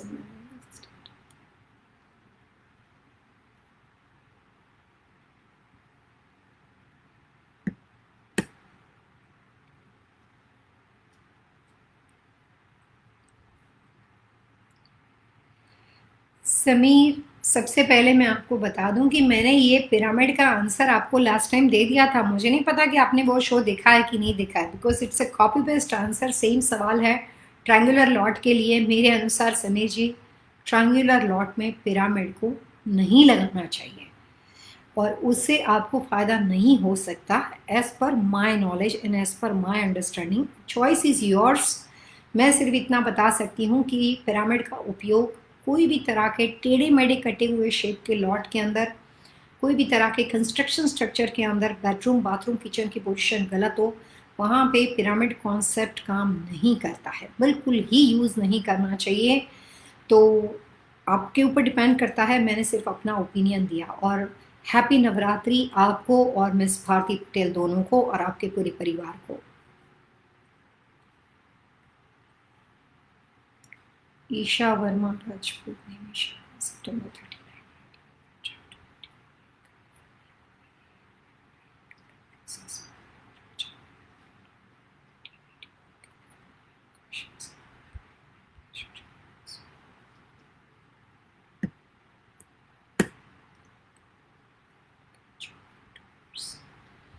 हमारी एक नए व्यूअर से ईशा वर्मा राजपूत, जो कि लॉस एंजलिस कैलिफोर्निया बेस है, पंजाबी है, पंजाब में शायद पैदा हुए हैं, राजपूत है। ओके 1981 सितंबर 30 उनकी डेट ऑफ बर्थ है। और उनका क्वेश्चन यह है कि वो मैरिड है, 2 बेटियां हैं उनकी, हस्बैंड का भी नाम दिया है राजन का, और क्वेश्चन उनका जॉब से रिलेटेड है।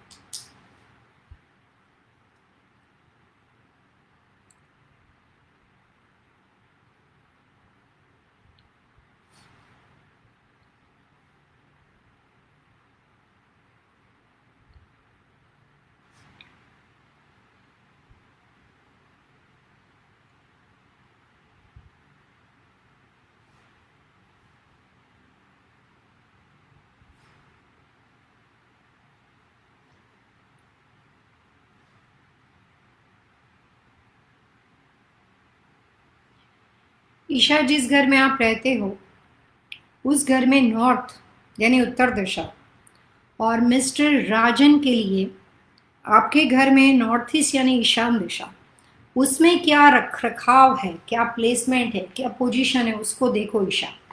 नॉर्थ और नॉर्थ ईस्ट वेटलेस होना चाहिए। नॉर्थ और नॉर्थ ईस्ट में कोई भी तरह के डार्क हैवी कलर्स नहीं होने चाहिए।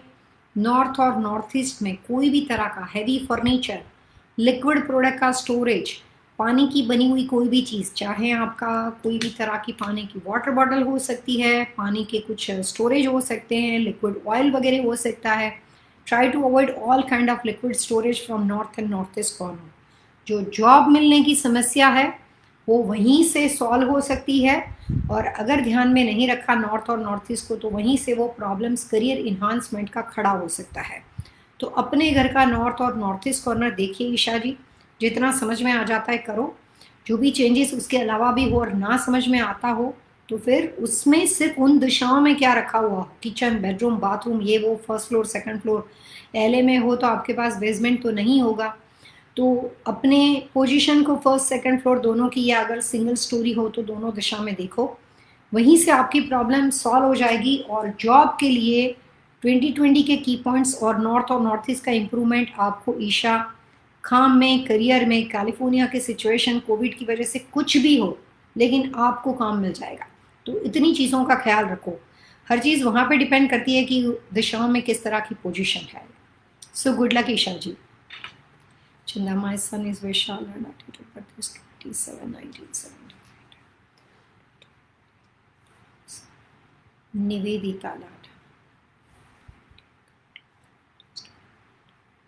California apartment please suggest vastu remedy. Okay, Vishal और निवेदिता।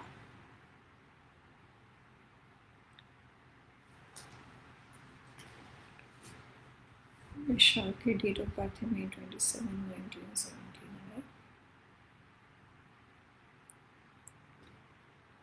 टाइम ऑफ बर्थ है विशाल जी का 10:15 AM।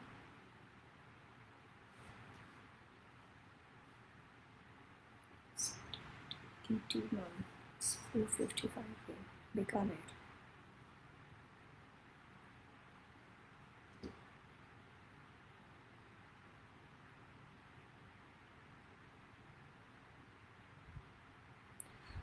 Apartment number 627। ये नहीं लिखा गया है कि इस अपार्टमेंट में आप कब से रह रहे हो।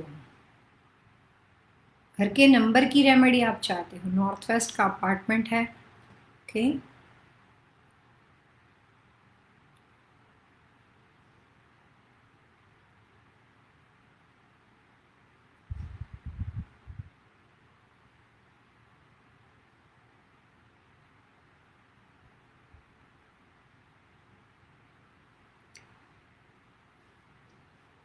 घर का नंबर भी फिक्स करना पड़ेगा आपको। डायरेक्शन ऑफ द अपार्टमेंट भी फिक्स करनी पड़ेगी। लेकिन मेरे अनुसार पहले ये देखिए कि कब से आप इस अपार्टमेंट में रहने आए हो, उसके बाद हम आपको कुछ चीज़ें सजेस्ट कर सकते हैं। सिंपल मैं बता सकती हूँ कि विशाल एंड निवेदिता का जो डायरेक्शन चार्ट है, it's totally very different direction chart, very unique direction chart. Vishal के लिए अपने घर को रेक्टिफिकेशन के साथ साथ खुद को, कोई भी घर में रहते और उसको खुद को नुकसान ना हो, उसके लिए अपने आप को बैलेंस रखने के लिए विशाल की डेट ऑफ बर्थ के अनुसार विशाल को अपने घर का नॉर्थ ईस्ट कॉर्नर और निवेदिता को अपने घर का साउथ ईस्ट कॉर्नर। और अनफॉर्चुनेटली निवेदिता का आने वाला साल अच्छा नहीं आ रहा है और विशाल की डेट ऑफ बर्थ के अनुसार नॉर्थ वेस्ट अपार्टमेंट अगर ट्रू नॉर्थ वेस्ट में होगा, मुझे नहीं पता, ये आपने खुद लिखकर भेजा है, तो 2021 ये दोनों के लिए उस प्रॉपर्टी में अच्छा नहीं आ रहा है। सो कब से रहने आए हो वो देखो, थोड़ी बहुत इन्फॉर्मेशन दीजिए, उसके बेस पे मैं आपको कुछ रेमेडी सजेस्ट कर सकती हूँ, जिसके दो पर्पज़ रहेंगे रेमेडी के। घर का नंबर सूट नहीं करता है, घर में रहने वाले पति पत्नी दोनों को घर की दिशा सूट नहीं करती है, और आने वाला 2021 का साल ये दोनों के लिए अच्छा नहीं है। सो हमारे पास ऑप्शन बचता है अप टू दिसंबर 31 तक का। उसके बीच बीच में रेक्टिफिकेशन कर लो ताकि आने वाले साल में कोई भी तरह का टाइम वक्त आके निकल जाए लेकिन उनको कोई भी तरह का नुकसान ना हो। But I need more information. Ashish V Desai, Pallavi बहन good explanation, thank you very much Ashish. देखिए एक नए व्यूअर्स हमारे साथ जुड़े हैं, Ashish Desai, thank you very much Ashish ji. और हाँ, मैं आपको एक बात बता दूं, मुझे आशीष जी की बातों से एक बात याद आए। इतनी सारी मैंने आपको पितृदोष के बारे में उपाय बताए, फूड का बताया, काफ़ी अलग अलग चीज़ें बताई, लेकिन एक बात मैं बता दूं कि पितृदोष पिछले कर्म से ही हो गया ऐसा नहीं है। अगर आज भी अपने माता पिता को बिना सोचे समझे जानबूझ के किसी भी स्वार्थ से बहुत ज़्यादा हर्ट करते हो और बार बार एक भी कोशिश नहीं छोड़ते हो कि उनको दुख ना पहुँचे, तो उस कंडीशन में पितृदोष अभी भी यहाँ से भी खड़ा हो सकता है और सालों साल तक रहेगा।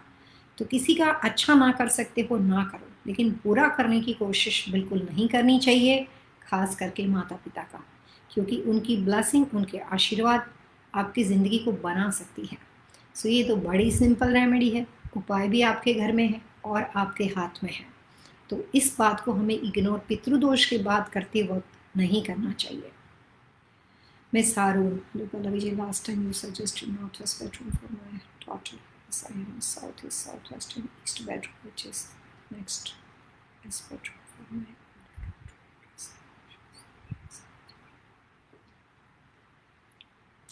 Sarah.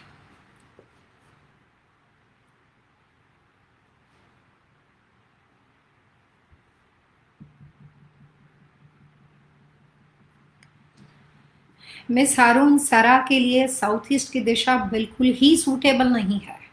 अगर आपके पास और कौन से कमरे में है, only south east, south west and east bedroom.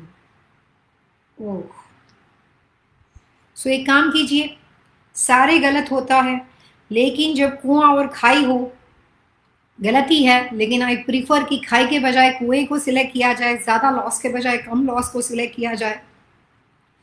तो अगर आपके पास सिर्फ इतने ही ऑप्शन हो तो I prefer just go with the east bedroom. मुझे ये पता है कि ईस्ट फिलहाल अच्छा नहीं है, लेकिन साउथ ईस्ट और साउथ वेस्ट भी कुछ खास अच्छे नहीं है ये सरा के लिए, तो उसको और नुकसान होता रहेगा। So just apply all solutions and remedy for east bedroom.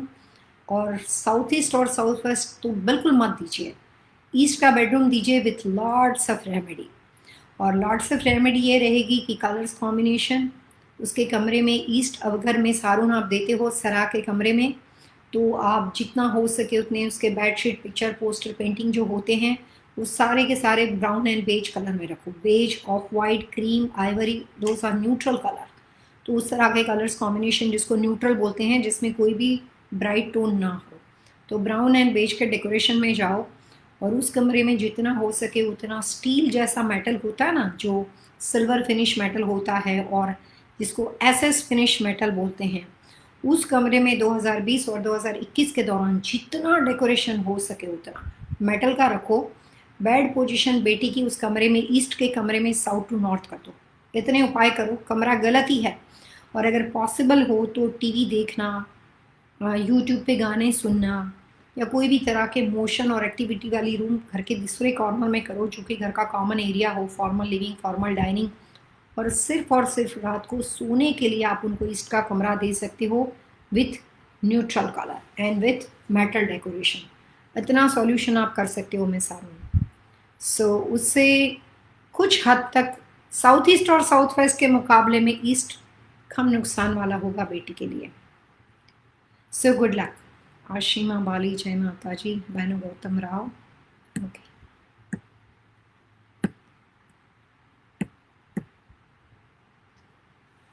आपने लाइव शो में देखा होगा कि जितने मदर अपने बच्चों के बारे में सवाल जवाब पूछते हैं, श्वेता यादव है, मिस हारून है, सुनीता है, जितने भी सवाल जवाब यहाँ पे कॉमन लाइव शो में पूछा जाता है, सारे लोग मेरे साथ इस बात के लिए विटनेस है, साक्षी है कि सबसे ज़्यादा मदर ने सवाल जवाब बच्चों के बारे में, परिवार के बारे में पूछा है। इवन कुछ कुछ एज ग्रुप के बड़े बच्चे हैं, मैरिड बच्चे हैं, उनके घर कहीं और कोई खरीद रहा है, फिर भी माँ ने बहुत सारे सवाल पूछा है। तो जैसे मैंने पितृदोष में बताया था कि माँ हर हाल में बच्चों को माफ़ कर देती है, चाहे आप उसका ध्यान रखो, चाहे आप उसका ध्यान ना रखो। तो ये हमारा लाइव शो ही सबसे बड़ा इस बात को विटनेस करता है, प्रूफ करता है कि ज़्यादा से ज़्यादा क्वेश्चंस मदर ने अपने परिवार को फ़ायदा पहुंचाने के लिए, उनके लिए वरिड होके, कॉन्शियस होके, उनके बारे में चिंतित होके, अपने परिवार के बारे में सवाल जवाब यहाँ पे पूछा है। हाय पल्लवी जी, कल्पना गौतम राय, 25 नवंबर 1969।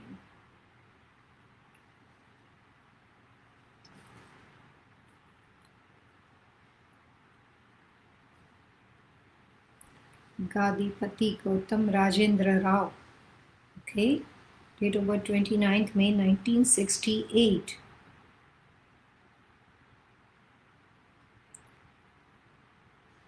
Andhra Pradesh, 6:40 p.m. Wednesday. My husband had a fight with me. He left and go Hyderabad. I shifted a new house with mom and brother in 2015. My house nearby the G3. My house nearby is G03. House number, okay. Not nearby, G03, and it is southeast facing.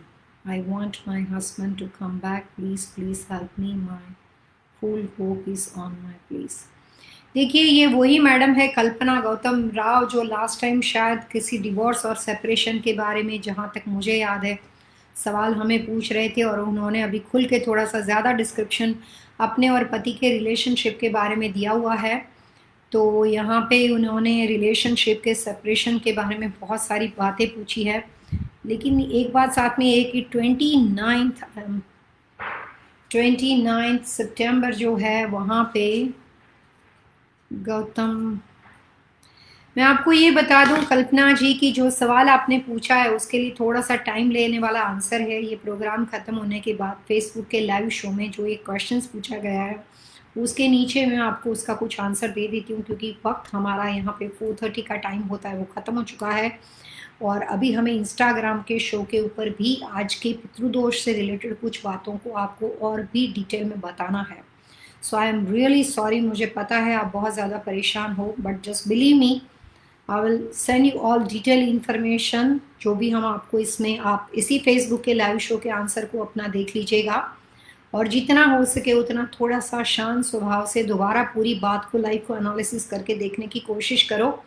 मुझे नहीं पता आपके husband मेरा show देखते हैं कि नहीं, नहीं तो अगर मुझे मौका मिलेगा तो I will try my best कि आपको दोनों को, वो जहाँ रहते हैं उस दिशा के घर में, उनको भी कुछ बात सजेस्ट कर सकूं।